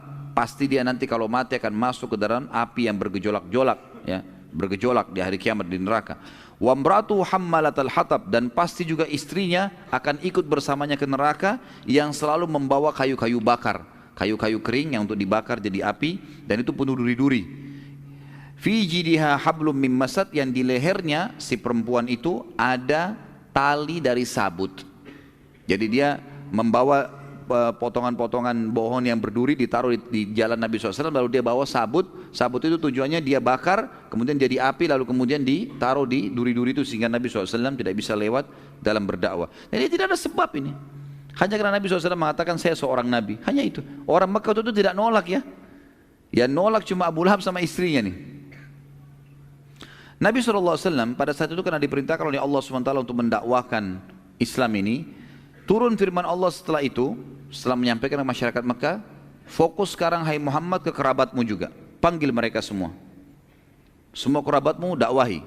Turun firman Allah langsung waktu itu dalam surah Asy-Syu'ara, surah nomor 26 ayat 214. Satu ayat saja turun. A'udzubillahi minasyaitonirrajim wa anzir ashiratakal aqrabin. Sekarang hai Muhammad berikan peringatan kerabat-kerabat terdekatmu. Maka beliau SAW mengumpulkan kerabatnya dari keturunan Abdul Muttalib pada saat itu. Di rumah beliau SAW, di rumahnya yang bersama dengan Khadijah. Sebelum beliau SAW bicara, waktu sudah kumpul semua kerabatnya, diundang Nabi SAW siapin makanan, undang mereka. Rencananya habis makan mau disampaikan. Abu Lahab datang juga waktu itu. Datang orang ini, belum Nabi SAW bicara, baru datang. Orang sudah kumpul semua, langsung dia bilang, hai Muhammad, bila engkau mengumpulkan kami untuk menyampaikan agamamu yang kemarin kau sampaikan, maka jangan kau bicara. Ini perasaan dia seorang paman, maka harus ponakannya dengar. Nah, ini satu hal yang buruk ya. Nah, banyak orang begitu. Ada orang tua, ada paman, kadang-kadang walaupun ponakannya itu benar, atau anaknya benar, dia nggak mau dengar. Ini kebodohan ini ya. Tidak benar seperti ini. Harusnya kita bijaksana kalau itu benar, walaupun dari lisan anak kecil kita harus dengar. Mungkin seseorang minum berdiri, lalu anaknya mengatakan, ayah jangan minum berdiri. Benar. Oh iya nak, terima kasih. Mestinya begitu. Ah kamu anak kecil ngerti apa? Tidak boleh. Menolak kebenaran, gitu kan? Ini bahaya ya, tidak boleh sama sekali. Abu Lahab begitu prinsipnya. Dia menganggap Nabi SAW ponakan. Ponakan berarti harus lebih di bawah. Mau lebih pintar, mau apa, nggak penting. Gitu. Maka dia ribut. Nabi SAW pun akhirnya melihat kejadian tersebut, Nabi tidak mau bicara. Sudahlah, silakan makan semuanya. Habis makan bubar. Nabi SAW akhirnya mengundang beberapa hari lagi kemudian seluruh kerabat kecuali Abu Lahab. Dalam buku itu, semua datang silakan, dikirimin undangan kecuali orang ini, jangan diundang. Waktu semuanya datang, habis makan, Abu Lahab nggak tahu berita nih. Nabi SAW sampaikan, saya begini, saya utusan Allah, turun firmannya Allah, saya telah ketemu sama Jibril, diceritakan semua panjang lebar. Dan yang pertama masuk Islam adalah Sofia radhiyallahu anha, tante Nabi SAW yang mulia, ibunya Zubair bin Awam. Gitu kan. Dakwah Islam makin menyebar pada saat itu. Setelah kerabat-kerabat Nabi SAW ada yang terima, ada yang tidak. Tapi yang disebutkan dalam buku sejarah pada saat pertemuan itu yang langsung mengucapkan syahadat adalah Sofia. Gitu. Apalagi anaknya Zubair sudah masuk Islam sebelum ibunya. Tadi di tangan Abu Bakar kan gitu. Dakwah Islam menyebar teman-teman sekalian pada saat itu di Mekah dan sangat cepat sekali. Ya. Tapi kebanyakan yang memeluk ini adalah orang-orang yang miskin dan kalangan-kalangan di bawah gitu. Terutama dari hamba sahaya. Yang terkenal kisahnya masyhur adalah orang yang sangat mulia, Yasir radhiyallahu anhu bersama istrinya Sumayyah radhiyallahu anha. Yang terkenal dua-duanya orang yang pertama mati syahid dalam Islam. Dan juga anak mereka Ammar radhiyallahu anhum. Juga ada dari kalangan budak yang lain seperti Khabbab bin Arad, Bilal bin Rabah, Suhaib ar-Rumi, Amir bin Fuhairah, Abdullah bin Mas'ud radhiyallahu anhum ajma'in. Ini semua adalah orang-orang yang dulu pekerja. Abdullah bin Mas'ud bukan sahaya ya, tapi dia pengembala kambing. Nanti akan kita jelaskan bagaimana Abdullah bin Mas'ud pada saat menebas lehernya Abu Jahal di perang Badr. Nanti akan ada kisah sendiri masalah itu. Tapi yang jelas waktu itu Abu Bakar radhiyallahu anhu satu-satunya orang yang waktu itu mengiklankan Islamnya, maka ia menjaharkan Al-Quran di depan Ka'bah. Waktu sudah mulai beberapa hari berjalan, sudah mulai banyak ayat yang turun, Abu Bakar sudah mulai menghafal gitu kan ayat-ayat yang di situ. Lalu Abu Bakar datang kemudian beliau membaca depan Ka'bah. Maka mendengar bacaan tersebut orang-orang Quraisy datang mengeroyokinya sampai darah memenuhi wajahnya radhiyallahu anhu, tapi beliau tidak berhenti membaca sampai selesai surahnya. Abdullah bin Mas'ud juga begitu. Sahabat Nabi yang mulia ini, beliau pengembala kambing dan orangnya sangat kurus, kecil. Abdullah bin Mas'ud ini. Sampai-sampai teman-teman sekalian saking kurusnya Abdullah bin Mas'ud ini, sampai nanti waktu sudah hijrah di Madinah, Satu waktu beliau pernah naik ke atas pohon kurma, kemudian ditiup oleh angin. Akhirnya kainnya di bagian bawah tersingkap, menyingkap pahanya. Saking kecilnya betisnya sampai sahabat tertawa. Spontan mereka tertawakan, bukan niat mengolok ya. Karena tiba-tiba lihat kok lucu, kecil sekali gitu. Akhirnya diketawain. Apa yang dilihat teman-teman sekalian? Kata Nabi SAW dalam hadis sahih, apakah kalian menertawakan kecil betisnya Ibnu Mas'ud? Demi Allah, betis Ibnu Mas'ud itu ditimbangan pada hari kiamat lebih berat daripada gunung Uhud. Apa yang Abdullah bin Mas'ud lakukan teman-teman sekalian? Orang yang kurus kecil badannya baru menghafal surah Ar-Rahman sebagian ayatnya. Dihafal, turun pada saat itu, kemudian dia mulai hafal beberapa ayat. Lalu dia tidak disuruh apa-apa nih. Dia datang ke dekat Ka'bah, cari batu yang tinggi, duduk, baca dengan suara keras. Orang-orang Quraisy lihat Abdullah bin Mas'ud pengembala kambing, bagi mereka ini rendah sekali. Langsung datang dikeroyokin, digebukin, dikeroyokin luar biasa sampai berdarah-darah. Dia nggak berhenti, sampai dia berhenti di hafalannya. Dalam kondisi berdarah-darah teman-teman sekalian, sudah berhenti dia baca, dilepas sama Quraisy, dia pulang. Pergi ke rumah Darul Arqam namanya, tempat pertemuan Nabi SAW dan para sahabat. Begitu sahabat lihat dan Nabi SAW lihat, ada apa dengan kau?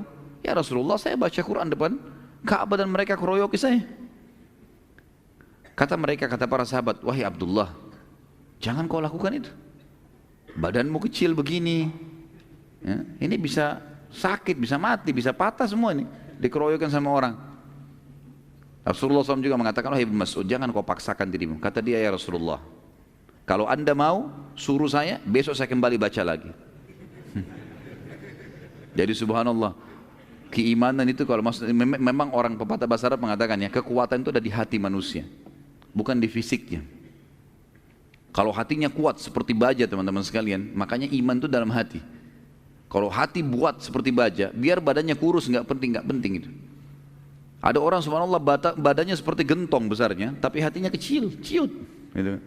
Disentil sedikit sudah nangis, gitu kan. Ada nanti di perang Uhud kisah Julaibib, sahabat Nabi yang kecil sekali badannya sampai Nabi angkat dengan satu tangan untuk lihat jenazahnya, tapi dia membunuh 9 orang Quraisy, ya, mati di tangannya dia.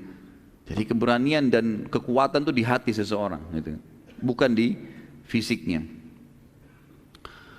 Pada saat dakwah mulai gencar teman-teman sekalian, maka pemuka-pemuka Quraisy tidak dapat menerima lagi perlakuan para sahabat yang terus-menerus berdakwah, dan bagi mereka, mereka anggap para sahabat mencaci maki Tuhan-Tuhan mereka. Padahal mungkin sahabat-sahabat bukan mencaci maki ya. Para sahabat tidak mencaci maki, para sahabat cuma mengatakan, untuk apa kalian sembah berhala ini? Batu, kalian yang pahat, kalian yang ukir, kalian yang taruh, kalian yang kasih nama, ngapain disembah? Kalian tahu kan ada Tuhan namanya Allah? Kembali ke Allah saja, juga makhluknya Allah. Mereka anggap itu mencaci maki Tuhan mereka. Lalu mereka mendapati ternyata yang menjadi penolong utama Nabi SAW adalah pamannya Abu Talib. Abu Talib masih kadang kafir pada saat itu, tapi Abu Talib melindungi Nabi SAW. Dan mereka menyerang Nabi nggak berani, karena tradisi di zaman waktu itu, kalau ada satu orang diganggu, maka sukunya semua membelanya. Maka yang terjadi teman-teman sekalian, mereka datang kepada Abu Talib berkata, wahai Abu Talib, ponakan anda ini sangat mengganggu kami. Sementara ia berada dalam naungan anda, kami minta biarkan kami yang mengadilinya atau anda yang memberhentikannya. Abu Talib menjawab, tidak mungkin, itu ponakan saya, jadi tidak boleh ada yang ganggu. Ganggu perang suku nih, nggak bisa. Baiklah, Abu Talib ini belum tahu ya, apa yang didakwakan Nabi SAW belum disampaikan oleh Nabi SAW ke Abu Talib ini. Maka berpencarlah orang-orang Quraisy dengan kekecewaan, namun karena Nabi SAW terus saja gencar berdakwah, tiap hari masuk, dan mereka menganggap itu mencaci maki Tuhan-Tuhan mereka, hanya mereka ketemu lagi sama Abu Talib yang kedua kali, mereka mengatakan hal yang sama dengan sebelumnya, dan mereka bilang kami sudah tidak sabar nih Abu Talib. Melihat keadaan sudah memanas, dan Quraisy sudah mengatakan kalaupun kamu mau perang Abu Talib, kami siap berperang, harus diberhentikan nih, ponakanmu selalu mencaci maki, setiap tawaf melihat patung dicaci maki, ini apa, untuk apa disembah, gitu diingat. Maka Nabi SAW pun dipanggil oleh Abu Talib. Kemudian mulailah Abu Talib bertanya, apa sebenarnya yang sedang kau bawa ini hai ponakanku? Apa ajaran apa ini? Maka Nabi SAW jelaskan, begini hai paman, begini hai paman, dijelaskan semua tentang Islam. Kalian kan sudah beriman pada Allah, kalian tahu Allah, ini Allah mengutus saya mengajar, memurnikan ajaran syariat, memurnikan ajaran tidak boleh menyembah berhala-berhala. Diterangkan panjang lebar kepada Abu Talib, sampai Abu Talib sudah memahami apa isi ajaran Nabi SAW. Lalu mereka, Abu Talib setelah dengar itu, setelah dengar tadi ajaran itu dianggap ajaran ini tidak salah. Kenapa mereka melarangmu? Baik ponakanku, kira-kira bisa negosiasi nggak? Artinya ajaran ini jangan kamu sebarkan kemana-mana, ke orang-orang saja yang mau. Daripada kamu tawaf, kamu akhirnya dianggap mencaci maki Tuhan-Tuhan mereka, bisa nggak? Atau kamu tinggalkan aja ajaran itu, kamu kembali ke ajaran nenek moyangmu. Kata Nabi SAW kalimat yang membuat Abu Talib akhirnya tidak bisa berbicara. Beliau mengatakan, demi Allah wahai pamanku, bila seandainya mereka itu orang-orang Quraisy meletakkan pada tangan kananku matahari. Matahari kan luar biasa nilainya bagi manusia. Kalau nggak terbit matahari gelap semua, gitu kan? Kalau matahari itu mereka berhasil ambil, mereka kasih ke saya, taruh di tangan kanan saya, ini milikmu hai Muhammad, matahari saya yang pegang, di tangan kiriku bulan, supaya aku meninggalkan apa yang aku sedang dakwakan ini, maka aku tidak akan pernah meninggalkannya. Makna ini kalimatnya bobotnya berat ya, artinya walaupun saya sampai mati, nggak bakal saya tinggalin nih. Abu Talib waktu itu kebetulan lagi berduduk sama beberapa suku-sukunya dia, suku Abdul Muttalib, suku Hashim lagi kumpul. Tiba-tiba saja mereka bilang, luar biasa kau pertahankan, kalau gitu dakwain aja, nggak apa-apa, gitu kan? Silakan. Jadi yang kafir pun mengatakan nggak apa-apa, dakwah. Biar kau caci maki Tuhan kami nggak apa-apa, kami akan bela gitu. Sampai mereka bilang begitu. Melihat tekad Nabi SAW, saya bilang dalam tulisan saya ini, yang begitu besar dalam mempertahankan dakwanya, maka Abu Talib dan teman-temannya dan suku-sukunya semua mengatakan, demi Allah kami pun akan menolongmu walaupun engkau mencaci maki Tuhan-Tuhan kami. Sampaikan saja apa yang engkau inginkan sampaikan. Bicara terserah kamu, silakan. Maka dengan pertolongan tersebut Nabi SAW lebih gencar lagi berdakwah. Gitu ya. Sekali lagi, orang-orang Quraisy tidak dapat bersabar nih. Lalu mereka mencoba menyempitkan jalan dakwah Nabi SAW dengan cara mencoba merayu Abu Talib. Caranya apa? Mengutus ke Abu Talib seorang anak muda yang tampan, yang pintar, dicari yang kira-kira fisiknya dekat dengan Nabi. Nabi SAW kan orangnya tinggi, kekar, putih, gagah, banyak kelebihan Nabi SAW. Mereka cari siapa kira-kira yang anak muda Mekah yang mirip seperti itu. Ditemukanlah seseorang yang mirip, tapi tentu jauh lah ya.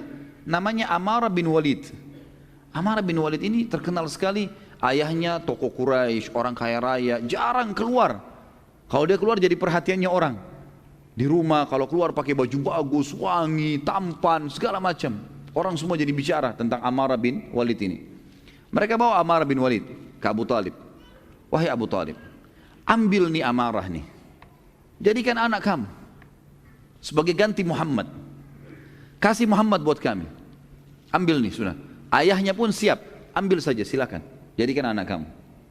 Kata Abu Talib apa? Membuat mereka hanya putus asa. Abu Talib bilang, sungguh aneh kalian hai Quraisy. Kalian kasih anaknya orang lain untuk saya kasih makan, lalu kalian minta ponakan saya untuk kalian bunuh. Mustahil itu. Enggak mungkin. Bawa ini Amarah pulang. Pulang. Karena Abu Talib ya, menutup semua jalan-jalan Quraisy ini, maka orang-orang Quraisy akhirnya sepakat melakukan dua hal. Yang pertama, mereka mengajak Nabi SAW berdebat. Mereka ajak Nabi SAW berdebat dengan mengutus orang yang paling pintar di mata mereka. Waktu itu orang yang paling pintar teman-teman sekalian dianggap orang nomor satunya Mekah, namanya Al-Walid bin Mughirah. Al-Walid ini dalam riwayat masyhur mendatangi Nabi SAW lalu dia berkata, wahai Muhammad, apa yang engkau lakukan? Engkau telah memecahkan kami, menyalah-nyalahkan orang tua kami, juga mencaci maki sesembahan kami. Bila penyebab masalah ini karena kamu kena sihir, kamu sakit sehingga kamu ngomong seperti itu, mencaci maki Tuhan-Tuhan kami dan seterusnya, maka kami akan kumpulkan harta-harta kami agar dapat mendatangkan tabib yang terbaik supaya kau sembuh. Hai Muhammad, bila ini karena kamu ingin kaya, mau jadi orang kaya raya, nggak usah khawatir. Kami akan kumpulkan semampu kami seluruh harta yang kami miliki dan kami akan hadiahkan kepada kamu sehingga kau menjadi orang terkaya Mekah. Tapi berhenti. Bila Muhammad, karena kau ingin kemuliaan, maka kami akan menyanjungmu. Nggak usah berdakwah begini, kami akan nobatkan kamu orang yang paling kami muliakan. Kalau seandainya kau ingin menjadi raja, hai Muhammad, penawaran dari Quraisy, ini orang utusannya Quraisy nih. Nabi bilang iya, diiyakan semuanya. Kalau kau berdakwah ini untuk menjadi raja, kami akan nobatkan kau jadi raja kami. Bila kau ingin wanita, maka yang kau nikahi, kamu tinggal menunjuk wanita manapun yang kau inginkan, kami akan nikahkan sama kamu. Semua diucapkan oleh Al-Walid sementara Nabi SAW diam, tidak ngomong, dibiarin ngomong. Dan ini salah satu adab dalam berdebat.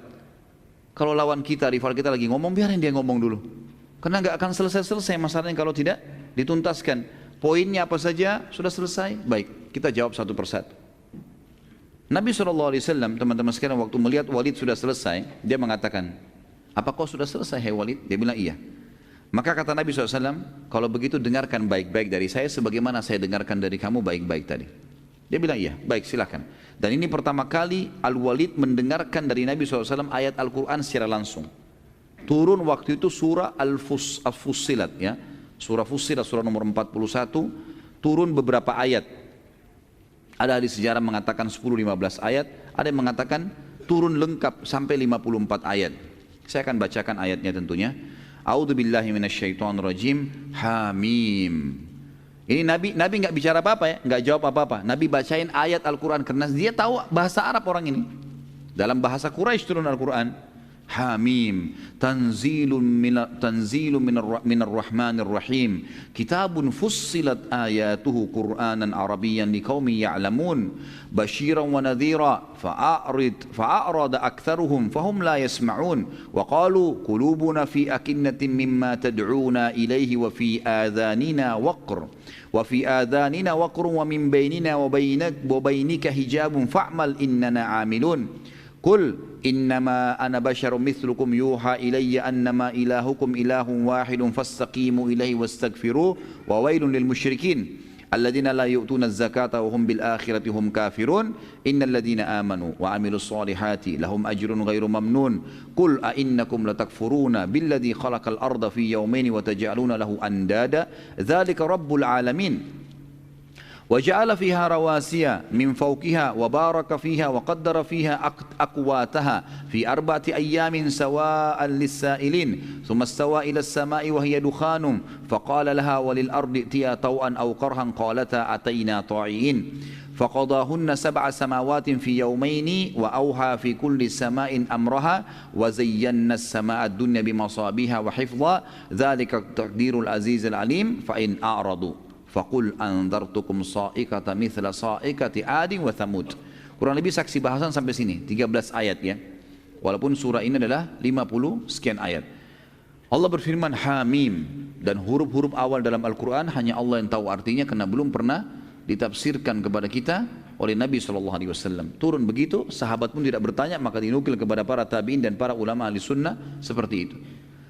Kemudian dikatakan diturunkan dari Tuhan yang maha pemurah lagi maha penyayang kitab yang dijelaskan ayat-ayatnya, yakni bacaan dalam bahasa Arab yang gunanya agar kaum itu di Mekah memahaminya, yang membawa berita gembira bagi yang patuh dan membawa peringatan bagi orang-orang yang melanggar tetapi kebanyakan mereka berpaling, tidak mau mendengarkannya. Mereka berkata, hati kami berada dalam tutupan yang menutupinya dari apa yang kamu seru hai Muhammad kepada kami, dan telinga kami ada sumbatannya, dan antara kami dan antara kamu ada dinding pemisah dari keyakinan. Maka bekerjalah, berbuatlah kau hai Muhammad, sungguh kami pun mau berbuat. Katakanlah hai Muhammad, bahwasanya aku hanyalah seorang manusia seperti kalian, sama. Hanya saja diwahyukan kepadaku bahwa Tuhan kalian adalah Tuhan yang Maha Esa. Maka tetaplah pada jalan yang lurus menuju kepadanya, kepada Allah, dan mohonlah ampun kepadanya. Dan kecelakaan besar bagi orang-orang yang mempersekutukan Allah, yaitu orang-orang yang tidak menunaikan zakat dan mereka kafir akan adanya kehidupan akhirat. Sesungguhnya orang-orang yang beriman dan beramal saleh, mereka mendapatkan pahala yang tidak terputus-putus. Katakanlah, hai Muhammad, sesungguhnya patutkah kalian kafir kepada yang telah menciptakan bumi dalam 2 masa dan kalian adakan sekutu-sekutu baginya? Yang bersifat demikian adalah Rabb semesta alam, dan dia yang telah menciptakan di bumi gunung-gunung yang kokoh. Di atas bumi itu dia memberkatinya, dan dia menentukan padanya kadar makanan-makanan penghuninya dalam 4 masa. Penjelasan itu sebagai jawaban bagi orang-orang yang bertanya. Kemudian dia Allah menuju ke penciptaan langit, dan langit itu masih merupakan asap. Lalu dia berkata kepadanya dan kepada bumi pada saat sudah diciptakan, datanglah kalian berdua kepadaku dengan menurut perintahku dengan suka atau terpaksa. Maka keduanya menjawab, langit dan bumi, kami datang dengan suka hati wahai Tuhan kami. Maka dia Allah menjadikannya langit 7 langit dalam 2 masa. Dan dia mewahyukan pada tiap-tiap langit urusannya. Maksudnya diciptakan malaikat dan tugas-tugasnya. Dan juga langit yang paling dekat dan bintang-bintang yang cemerlang yang kami selalu memelihara dengan sebaik-baiknya. Demikianlah ketentuan zat yang maha perkasa lagi maha mengetahui. Jadi Allah rincikan semua. Di ayat 13-nya, terakhir di sini, kata Allah SWT, jika mereka berpaling, hai Muhammad, katakan pada mereka. Mereka nolak untuk mengisahkan Allah ini, tetap menyembah berhala, katakanlah, aku telah memberikan peringatan kepada kalian dengan petir, seperti petir yang telah menimpa kaum Ad dan Thamud. Kaum Ad, kaumnya Nabi Hud. Kaum Thamud, kaumnya Nabi Saleh. Ya. Kebetulan Nabi Hud sama Nabi Saleh adalah turunan Arab. Turunan Arab. Dan orang-orang Arab faham benar tentang kejadian 2 kaum ini. Bagaimana Allah menurunkan bagi mereka petir-petir yang menyambar dan membakar mereka. Sehingga membuat mereka hangus di tempat. Gitu. Dan orang-orang Mekah tahu betul tentang kejadian kaum Ad dan Thamud. Pada saat Al-Walid tahu cerita itu, orang-orang Mekah tahu cerita Ad dan Thamud, tahu betul ceritanya. Kok bisa Muhammad menyebutkan masalah itu? Dan tiba-tiba karena dia dengar Al-Quran dengan tenang, dia memang mau tahu apa isinya, maka Al-Walid pun ketakutan dan berdiri dari tempat duduknya lalu menutup mulut Nabi SAW sambil berkata, cukup hai Muhammad, saya memohon kepadamu jangan kau baca lagi apa yang kau bacakan tadi, takutlah ya, bertakwalah. Dia bilang, Walid bilang sama Nabi SAW, berhentilah, jangan sampai Allah menghancurkan hubungan kerabatmu. Maksudnya jangan sampai Allah turunkan petir kami semua mati karena permintaanmu itu. Dia ulangi sampai 3 kali.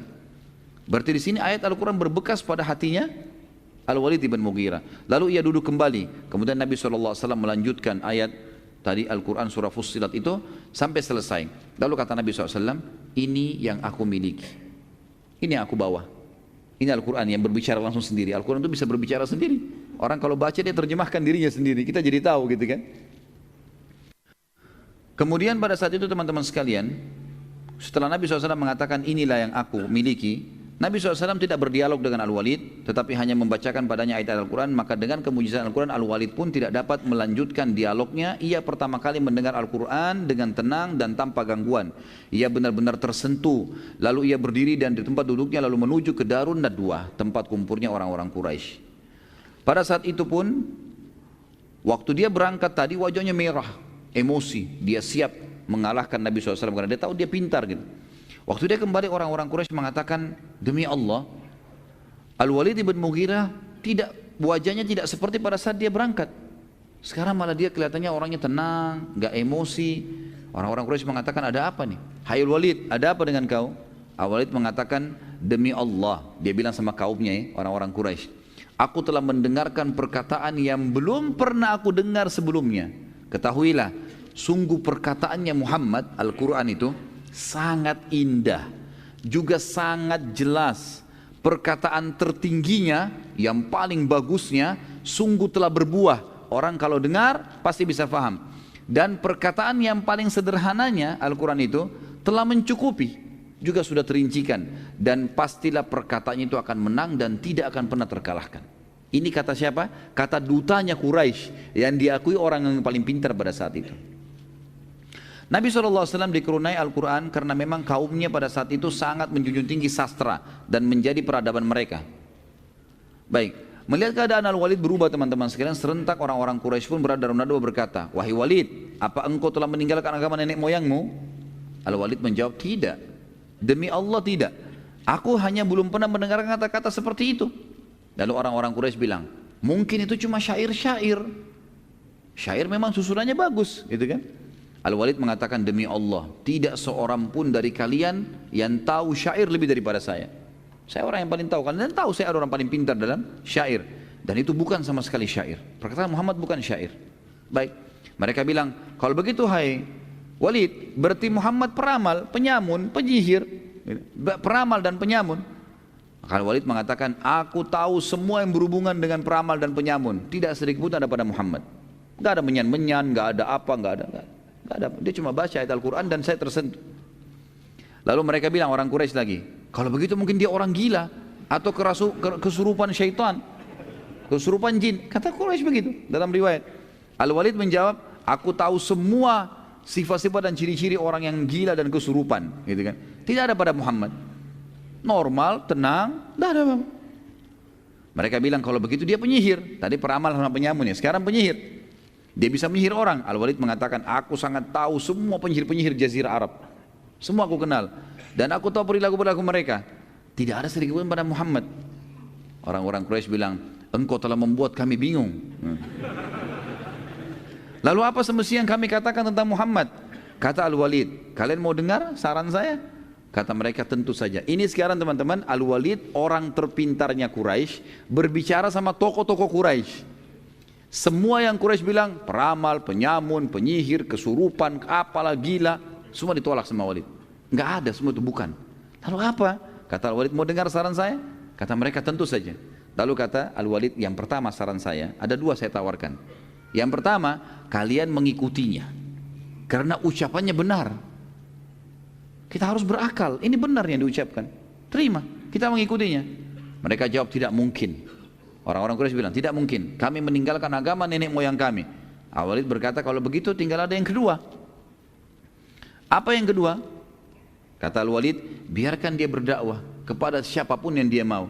Bila dia benar dan banyak diikuti oleh manusia dan jadi terkenal serta termuliakan, maka kalian pun akan terkenal. Karena kalian satu suku sama dia.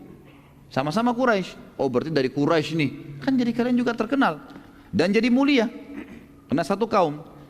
Bila ia dibunuh oleh orang-orang karena dia berdakwah, maka itu tujuan kalian. Tidak usah kalian yang bunuh. Sudah selesai. Mereka jawab, demi Allah kami tidak setuju juga ini. Sekarang Al-Walid yang bingung. Al-Walid bilang, kalau begitu saya juga tidak tahu punya jawaban apa lagi. Kata mereka, coba Al-Walid kuras otakmu, gitu kan? Seperti itulah. Pikirkan apa yang harus kami ucapkan tentang Muhammad, tapi kami tidak mau beriman. Kata Al-Walid, yang paling dekat bilang dia penyihir. Itu yang paling dekat. Karena penyihir bisa mengubah keadaan orang. Yang lain tidak mungkin, mustahil. Muhammad bukan gila, bukan bodoh, bukan segala-galanya, ini dia bisa penyihir saja. Mereka bilang kalau begitu penyihir. Ya sudah penyihir. Kemudian Al-Walid waktu duduk, karena dia menyetujui, oke ucapkan sebagai penyihir aja. Dia yang kasih ide, orang-orang Quraisy kembali merangkul dia. Saya tulis teman-teman dalam ini ijtihad saya saja. Setelah mengambil kisah ini saya bilang subhanallah, hampir saja Al-Walid menyebarkan kebenaran pada Quraisy. Kalau dia ngotot, jangan, ini benar, ikut. Misal, mereka bisa ikut sebenarnya gitu kan. Tapi subhanallah hanya karena fanatisme kesukuan, akhirnya ikut-ikutan sama kaumnya. Dan mereka itu sudah terpojok ya, tidak ada lagi alasan, tidak bisa beralih lagi. Yang akhirnya Al-Walid pun setuju dengan pendapat mengatakan Nabi SAW adalah penyihir. Kemudian tiba-tiba saja Al-Walid, entah syaitan dari mana juga masuk ke dia, seperti kasus Abu Lahab tadi, gitu kan. Lalu mengatakan Muhammad itu memang penyihir. Udah, tidak usah percaya dia. Tiba-tiba dia caci maki Nabi SAW. Lalu subhanallah turun surah Al-Muddathir yang tadi kita sebutkan, kita baca 7 ayat pertama kan waktu awal turun ya, yang suruh Nabi bangun dari berselimut. Turun setelahnya sambungan ayat 11 sampai ayat 30. Khusus untuk Al-Walid ibn Mughirah. Karena orang ini tadinya kalau beriman, orang semua beriman sama dia, dia dapat pahalanya.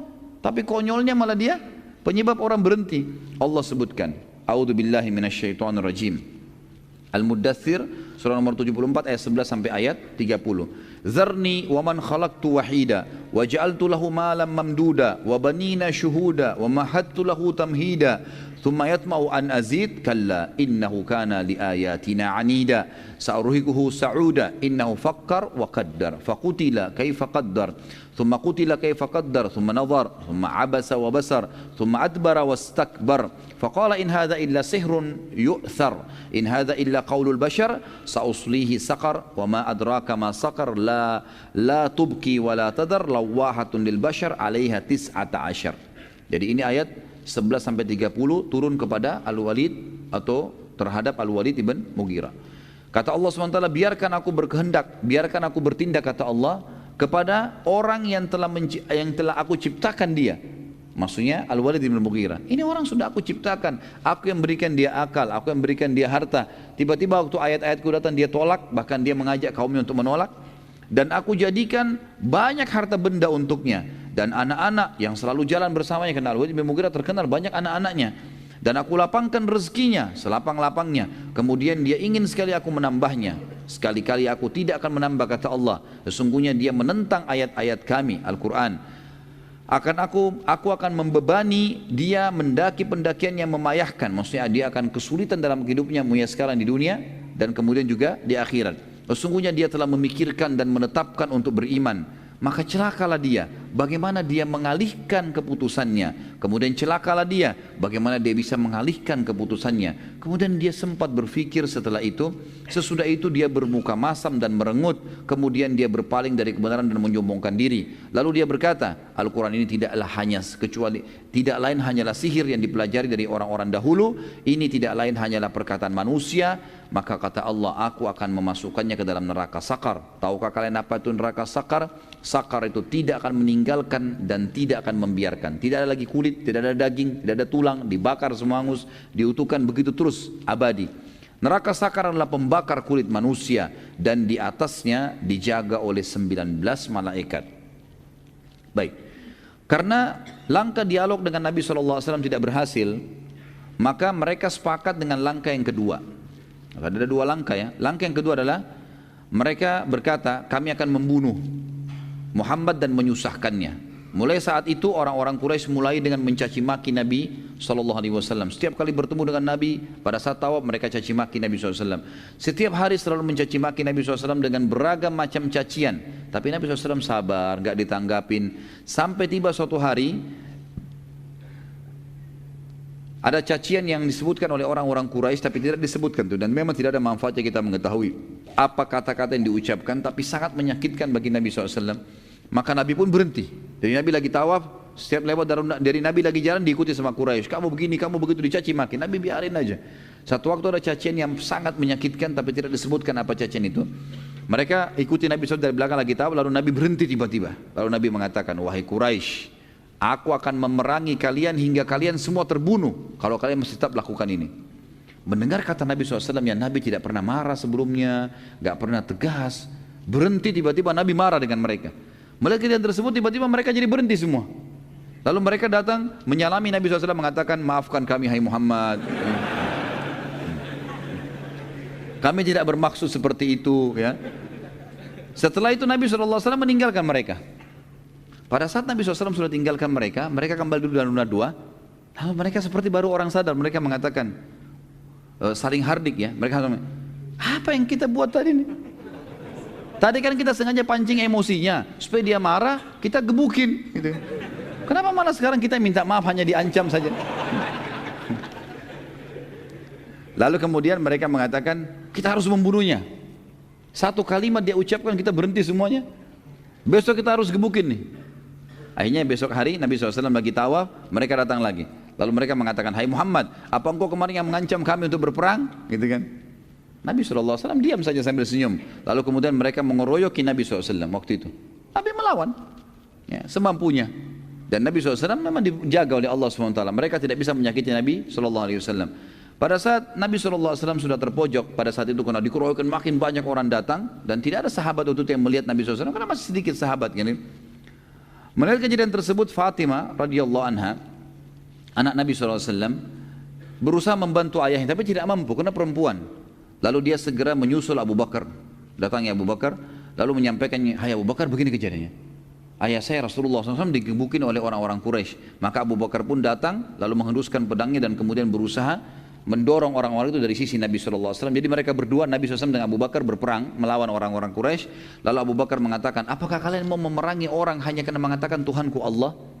Sampai akhirnya Abu Bakar terus mengulangi kalimat itu sambil mengancamkan pedangnya kepada orang Quraisy. Hanya orang-orang Quraisy meninggalkan Nabi SAW.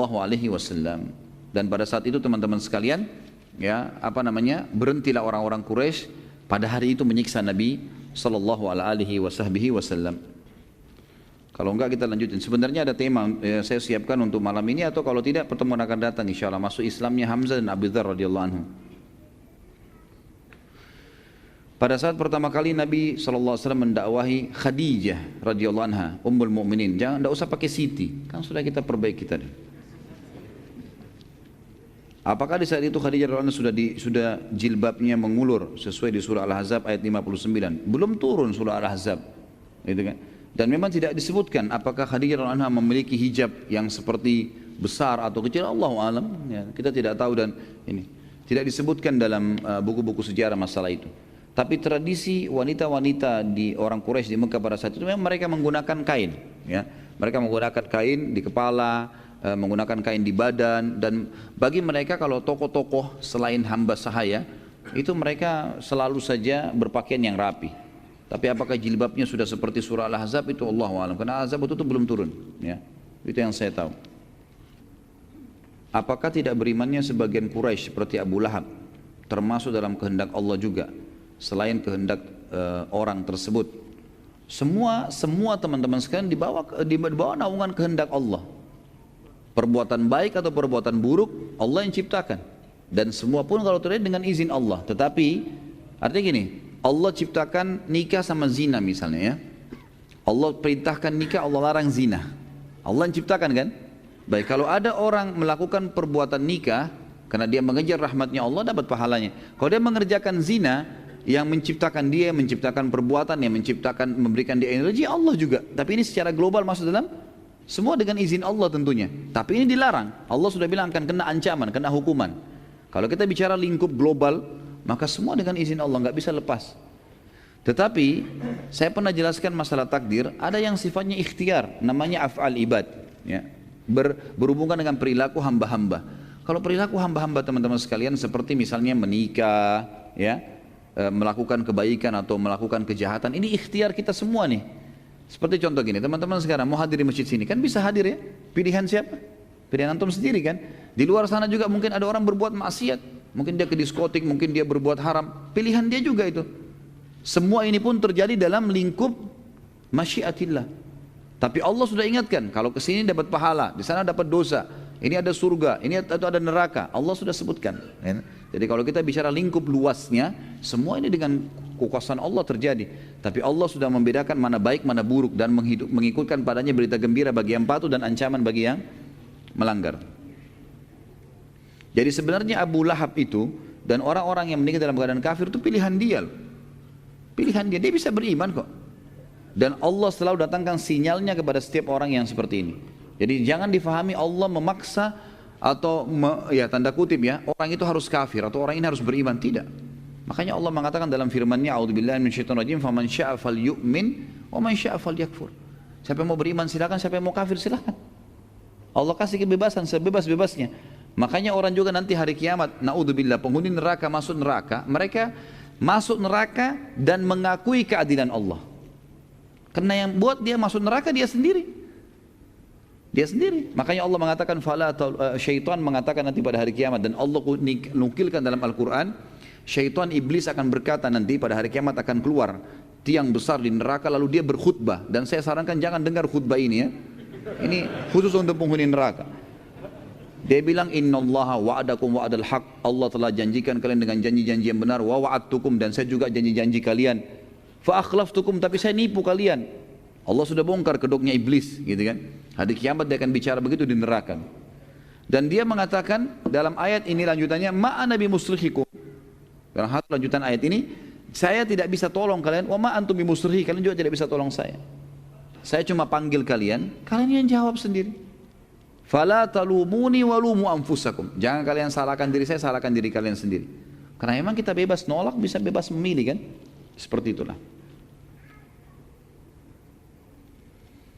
Ana seorang mu'allaf yang ingin tanyakan adalah apakah masih ada sisa-sisa kebenaran sejarah agama Islam dalam agama Nasrani masa kini, baik itu dalam kitab sucinya Alkitab atau mungkin dalam ajaran atau mungkin dalam tata cara ibadahnya. Karena ana ingin bisa insya Allah berdakwah kepada orang tua, saudara, keluarga dan masih agama Nasrani. Syukran Ustaz. Saya pribadi nggak tahu ya apakah memang masih ada dalam syariat, dalam ajaran sekarang yang dipelajari di gereja-gereja dalam Injil itu masih ada yang sama dengan ajaran kita sekarang. Allahu alam. Tapi yang jelas karena sudah banyak perubahan ya. Kalau Al-Quran menceritakan kepada kita mereka mengubah-ubah banyak isi Injil itu, isi Alkitab mereka ubah, gitu kan? Sehingga kita tahu ada revisi Injil misalnya. Yang saya sudah pernah ceritakan di Vatikan ada revisi Injil hampir tiap tahun terjadi. Maka ini sulit untuk dijadikan sebagai rujukan, gitu. Yang benar adalah saya sarankan akh atau ukhti ini ya dakwakan Islam saja. Tidak perlu untuk mencari apa yang berhubungan dengan Nasrani supaya bisa menerima Islam. Enggak usah, enggak perlu. Paling yang tersisa pun kalau kita mau mencari secara global adalah berimannya umat Islam kepada Nabi Isa alaihissalam. Berimannya umat Islam kepada turunnya kitab namanya Injil. Tapi tinggal dilengkapkan dengan turunnya Al-Quran yang harus diterapkan syariatnya dan juga datangnya Nabi Muhammad SAW.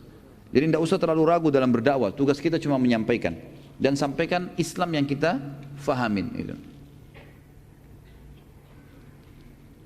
Bagaimana cara wahyu turun setelah surah Al-Alaq ayat 1 sampai 5? Apakah sama dengan surah Al-Alaq, Jibril membaca dan Nabi SAW mengulangi? Proses penerimaan wahyu ada beberapa cara ya.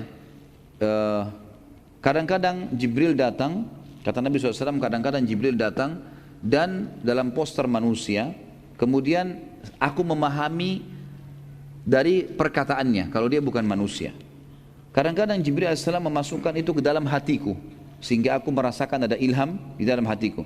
Kadang-kadang aku mendengar suara lonceng yang keras dan ini yang paling berat untuk Nabi SAW.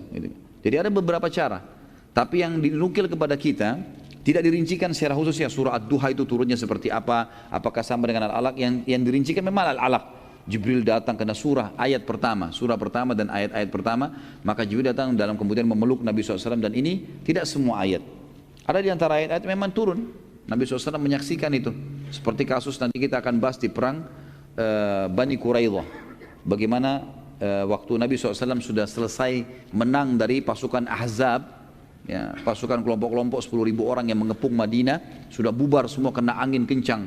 Pada saat itu Allah SWT bubarkan mereka.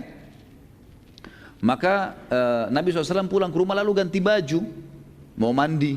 Datanglah Dihyal Kalbi, sahabat Nabi yang mulia dalam poster Dihyal Kalbi ini, lalu mengetuk rumah Nabi SAW dan bertanya kepada Aisyah, mana Muhammad, mana Rasulullah? Kata Aisyah, lagi membersihkan dirinya. Lalu kata Dihyal Kalbi, sampaikan kalau Dihya mau bertemu.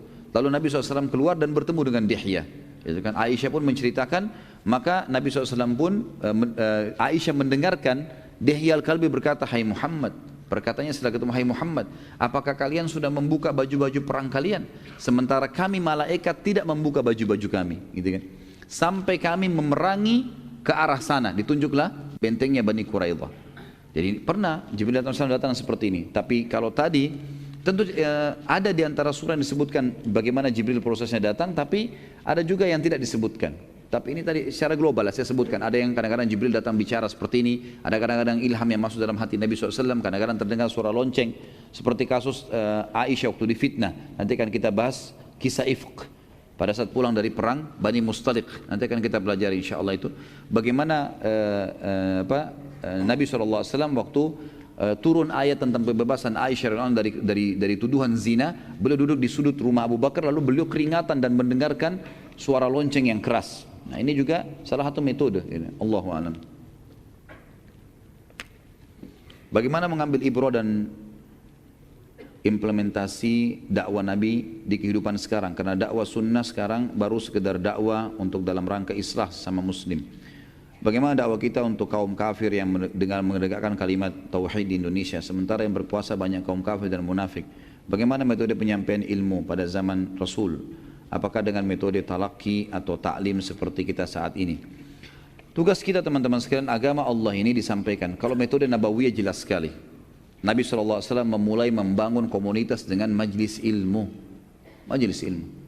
Nabi SAW duduk, menyampaikan wahyu Allah, kemudian para sahabat mendengarkan sampai tertanam ilmu itu dan iman dalam hatinya, lalu muncullah iman, lalu mereka mengaplikasikan apa yang mereka dapatkan. Itu yang Nabi SAW terapkan.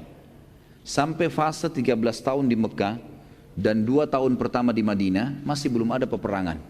Selalu ada penanaman iman. Maka lahirlah kader-kader seperti Abu Bakar, Umar, Uthman, Ali, Talha, Zubair dan semuanya sahabat-sahabat Nabi Muhammad karena ilmu sudah tertanam dalam hatinya. Kalau saya pribadi melihat sekarang Indonesia ini kita butuh majelis ilmu yang banyak. Para teman-teman dai lebih gencar menyampaikan ceramah-ceramah mereka, memaksimalkan media-media yang ada, gitu kan? Karena kita sudah terlanjur di Indonesia ini masyarakat tercekoki dengan banyak pemahaman yang tidak jelas. Ya. Mungkin antum sendiri rasakan pada saat sebelum menapati atau mengikuti dakwah sunnah bagaimana penyampaian yang penuh dengan khurafat, banyak segala macam pemahaman yang tidak jelas arahnya, gitu kan. Dan itu banyak sekali. Maka dengan majelis ilmu alhamdulillah terjadi banyak perubahan-perubahan, gitu kan? Terjadi banyak perubahan-perubahan. Ini Allah alam yang saya tahu metode Nabawi yang pertama. Setelah ilmu itu tertanam dengan baik, gitu kan? Barulah kemudian pindah ke tahapan setelahnya, ekspansi ilmu itu, nyebarkan, gitu kan? Setelah tersebar, barulah kemudian Nabi SAW membangun komunitas negara di Madinah pada saat itu ya. Akhirnya Nabi SAW membentuk pemerintahan dan mulailah mengekspansi dengan kekuatan militer, mempertahankan Islam dengan kekuatan militer. Ini yang ada, Allahu a'lam. Jadi saya melihat Indonesia ini sekarang tahap pertama membutuhkan perbaikan ilmu supaya masyarakat sadar tentang kebenaran tauhid. Harusnya itu yang Allah alam yang saya tahu yang diperlukan ya. Dan saya secara pribadi saya melihat saya terus aja gencot di situ bagaimana saya belajar ilmu, saya baca buku, saya susun materi, saya sampaikan kepada saudara saya muslim. Dan saya pribadi melihat untuk lingkup dakwah saya saja, saya lihat efeknya besar. Alhamdulillah Allah bisa berkahi, sekian banyak orang, hampir setiap hari orang yang WhatsApp ke saya, SMS, membahasakan sudah faham, Alhamdulillah terima kasih dan seterusnya. Kadang-kadang ada yang menangis ketemu dengan saya karena menyampaikan, saya sendiri tidak tahu. Saya bilang, saya cuma menyampaikan ini kuasa Allah. Saya cuma menyampaikan apa yang sebenarnya kalau Allah, kalau Rasul. Jadi saya melihat bekas ilmu besar, gitu kan?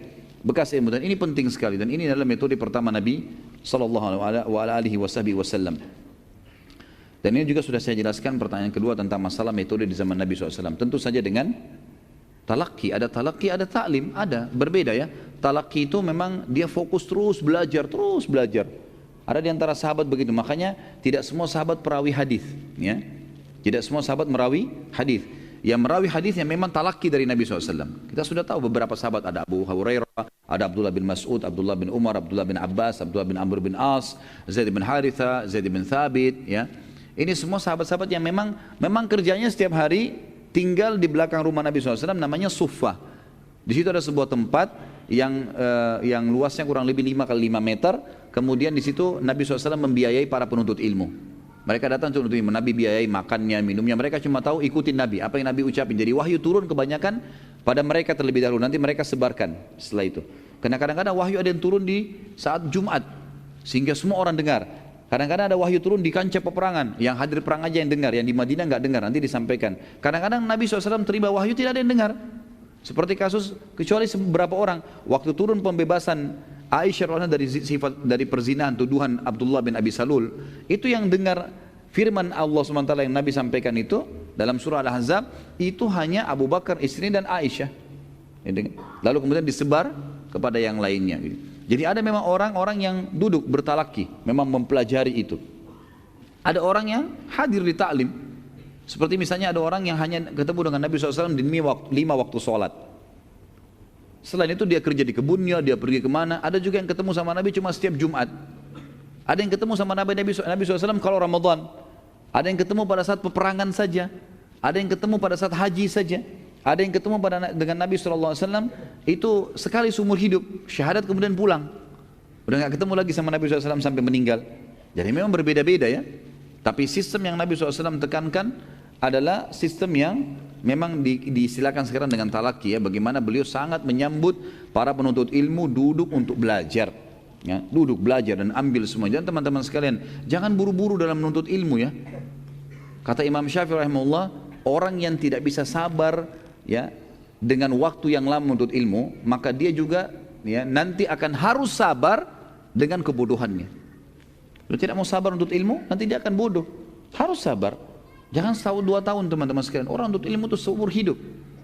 Ya, itu jangan buru-buru begitu baru setahun 2 tahun sudah langsung mengajar sana sini. Butuh ilmu yang dalam teman-teman sekalian. Ajarkan kepada orang dekat-dekat, iya, orang terdekat yang kita tahu, iya.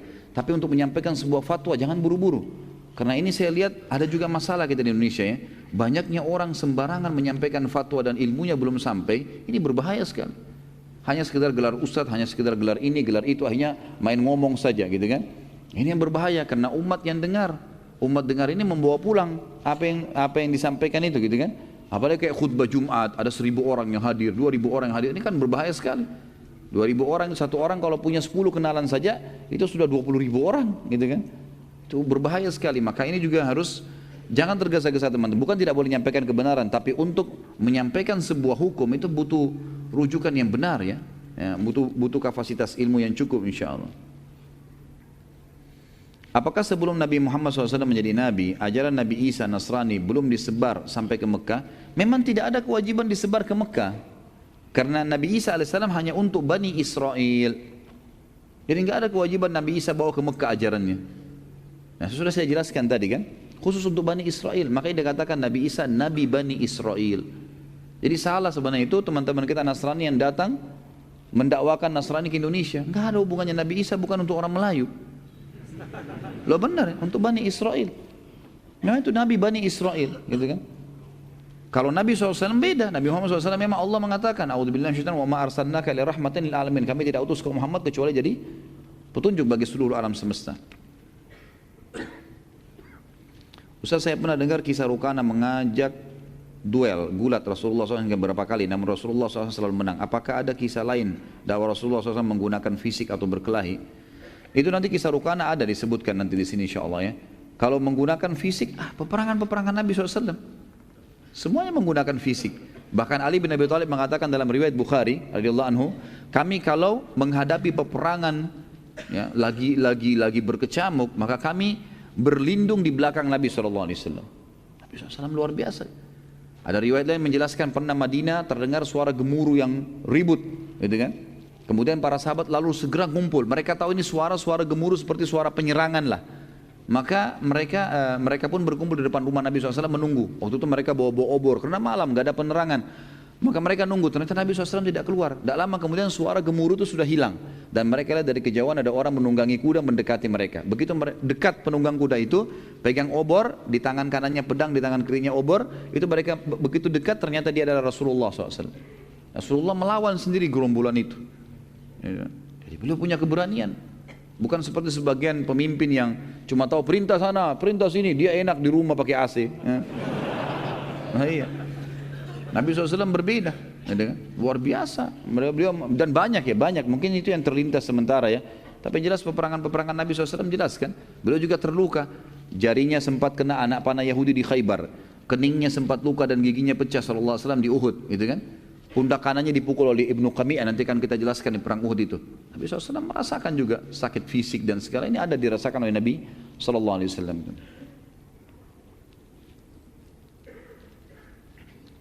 Tadi belum dijelaskan tentang kelahiran Fatimah radhiyallahu anha. Kok tiba-tiba muncul? Ya tadi kan penjelasan tentang, kan tadi dijelaskan tentang anak-anak Nabi SAW. Di antaranya namanya Fatimah radhiyallahu anha, gitu kan?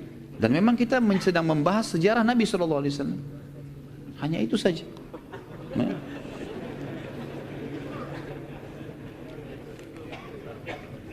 Bagaimana saya mendakwahi sahabat saya yang menganut agama Nasrani, namun dia ingin masuk Islam, tapi dia masih ragu, bagaimana saya meyakinkannya? Suruh syahadat dulu, baru sebentar belajar.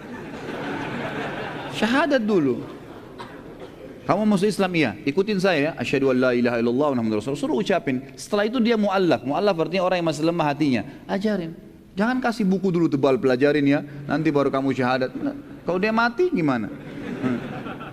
Masukin Islam. Pernah ada seorang ikhwah gitu bawa sama saya seorang ikhwah yang lain, laki-laki yang lain gitu, dibawa sama dia di hotel. Waktu itu saya lagi nginap, ada tamu dari Saudi Syekh datang beberapa tahun yang lalu. Kemudian dia bilang, Ustaz, ada teman saya mau masuk Islam, tapi mau sama Ustaz. Begitu datang ke saya tanya, sejak kapan mau belajar Islam, mau masuk Islam ini? Dia bilang, saya sudah lama sampaikan ke teman saya, ditunjuk teman ikhwah yang bawa itu, sudah lama. Dan saya dikasih buku dulu, dikasih buku tebal, belajar. Mungkin sudah dari berapa bulan yang lalu, gitu kan. Saya bilang sama akhi itu, kenapa akhi? Subhanallah, kalau orang ini meninggal di masa-masa dia sudah minta masuk Islam dan antum belum pandu syahadat, tidak ada muslim yang tidak bisa syahadat, gitu kan. Kalau dia meninggal antum tanggung jawab loh. Masuk neraka orang, gitu kan? Nggak boleh. Jadi pandu syahadat. Lalu saya pandu syahadat, setelah syahadat baru kita kasih buku, kasih penjelasan tentang Islam. Aja dulu syahadat. Ya. Dan tidak ada sulitnya itu aja syahadat gitu. Jadi itu saran saya aja syahadat. Kalau dia sudah ada keinginan ya, kalau dia belum ada keinginan, baru kemudian kita memberikan buku-buku, mungkin kita berikan argumentasi apa ya, keterangan-keterangan mungkin yang bisa membuat dia yakin dulu. Tapi kalau ini kan sudah ada keinginan, cuma masih ragu saja, suruh syahadat dulu, kemudian baru kita didik, karena didikan datang setelahnya. Jika ada 4 orang Mekah yang masuk surga sebelum kenabian, bagaimana dengan umat atau golongan setelah kenabian tapi belum sampai Islam kepadanya? Apakah juga masuk surga jika percaya Tuhan yang Maha Esa, hari pembalasan? Ini sebenarnya kita lihat dulu lokasinya, posisinya di mana gitu kan. Kalau mereka berada di satu lokasi yang memang di situ tidak ada nabi, nggak ada ajaran kenabian, maka ini mereka adalah nanti di hari kiamat disebutkan akan diuji oleh Allah subhanahu wa ta'ala. Kalau teman-teman ikutin ada riwayatnya saya sebutkan di bahasan masalah surga dan neraka.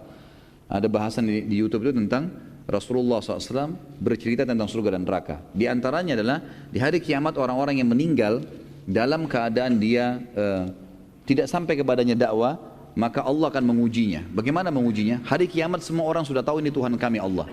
Enggak ada lagi yang samar di hari kiamat ya. Maka Allah akan mendatangkan mereka ke hadapan neraka, lalu Allah menguji mereka, menyuruh mereka loncat ke neraka itu, masuk ke neraka itu. Kata Nabi SAW, Allah menyuruh mereka masuk ke neraka. Bagi yang patuh sama Allah, mereka lempar dirinya ke neraka karena patuh kepada Allah. Kata Nabi SAW, demi zat yang jiwa Muhammad dalam genggamannya, neraka tidak akan mengganggunya, nggak akan terbakar, nggak apa-apa, cuma ujian. Maka Allah pun memasukkan mereka ke dalam surga. Karena berarti orang ini kalaupun nanti di dunia dulu, tetap dia akan beriman nanti. Karena buktinya patuh nih sekarang. Dan orang-orang yang tidak mau mematuhi itu berarti kalaupun di dunia mereka juga tidak akan patuh. Ini yang ada, Allah alam yang saya tahu. Seperti itu. Ya.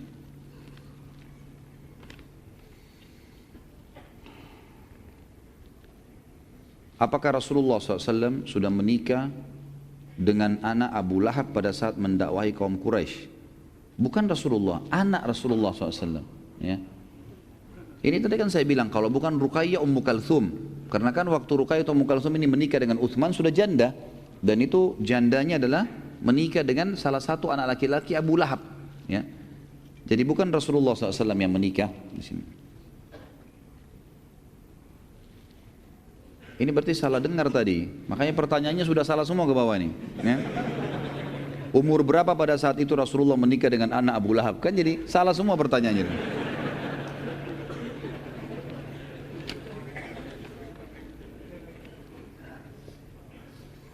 Apakah tasmiyah atau memberi nama Abu Jahal dan Abu Lahab itu dari orang Islam saja, atau Abu Jahal dan Abu Lahab mengakui sendiri kunyah tersebut? Kalau Abu Lahab memang dikenal di Mekah begitu. Abu Lahab memang dikenal dengan Abu Lahab. Kalau Abu Jahal tidak, di kalangan muslimin saja. Karena memang Abu Lahab sudah terkenal dengan istilah itu, gitu kan. Nanti insya Allah kita akan pelajari bagaimana sampai matinya Abu Lahab, gitu kan. Yang jelas itu julukan dia memang sudah terkenal. Kalau Abu Jahal tidak. Abu Jahal punya julukan di Mekah Abul Hakam, atau orang yang bijaksana, gitu kan. Kalau muslimin yang mengatakan Abu Jahal, nanti akan kita ceritakan juga kenapa dia dikatakan Abu Jahal, nanti akan disebutkan insya Allah. Dan insya Allah bulan depan kalau Allah masih mudahkan semua insya Allah dengan kesehatan, dengan panjang umur, kita akan jelaskan itu panjang lebar insya Allah. Baik, mungkin begitu dulu teman-teman sekalian, karena sudah jam 9 kurang lebih. Kita tutup dengan berdoa kepada Allah yang maha mulia dan maha tinggi agar memberkahi majelis kita ini. Dan semoga saja semua amal yang pernah kita kerjakan sekecil sampai sebesar apapun diterima olehnya. Dan juga semoga dosa yang pernah kita lakukan sekecil sampai sebesar apapun juga dimaafkan dan diganti dengan kemahamurahannya menjadi pahala. Semoga saudara kita di Palestina, di Syria, di Yaman, di Irak, di Myanmar, di Ahsa, dimanapun mereka berada sedang tertindas, semoga Allah ikhlaskan niat mereka, terima para syuhada mereka, mulakan Islam di tangan mereka dan tangan kita semua. Dan juga semoga Allah mempartisipasikan kita bersama mereka di pahala, baik dengan doa, dengan harta, juga dengan jiwa kita. Dan semoga Allah menyatukan dengan izinnya kita semua di surga Firdausnya tanpa hisab. Semuanya satukan kita di majelis ilmu yang mulia ini. Dan kita terus berdoa agar negara kita ini diberikan ketentraman, keamanan, keimanan, dan dikaruniai pemimpin-pemimpin yang mukmin, yang saleh, yang menerapkan Al-Quran dan Sunnah, dan mengembalikan muslimin pada kemuliaan. Dan semoga saja seluruh negara-negara Islam menjadikan Indonesia sebagai contohnya. Mungkin begitu teman-teman sekalian. Kalau ada benar dari Allah, kalau rasa dari saya mohon dimaafkan. Subhanakallahumma wa bihamdika asyhadu an la ilaha illallah astaghfirullah wa atubu ilaik. Wassalamualaikum warahmatullahi wabarakatuh.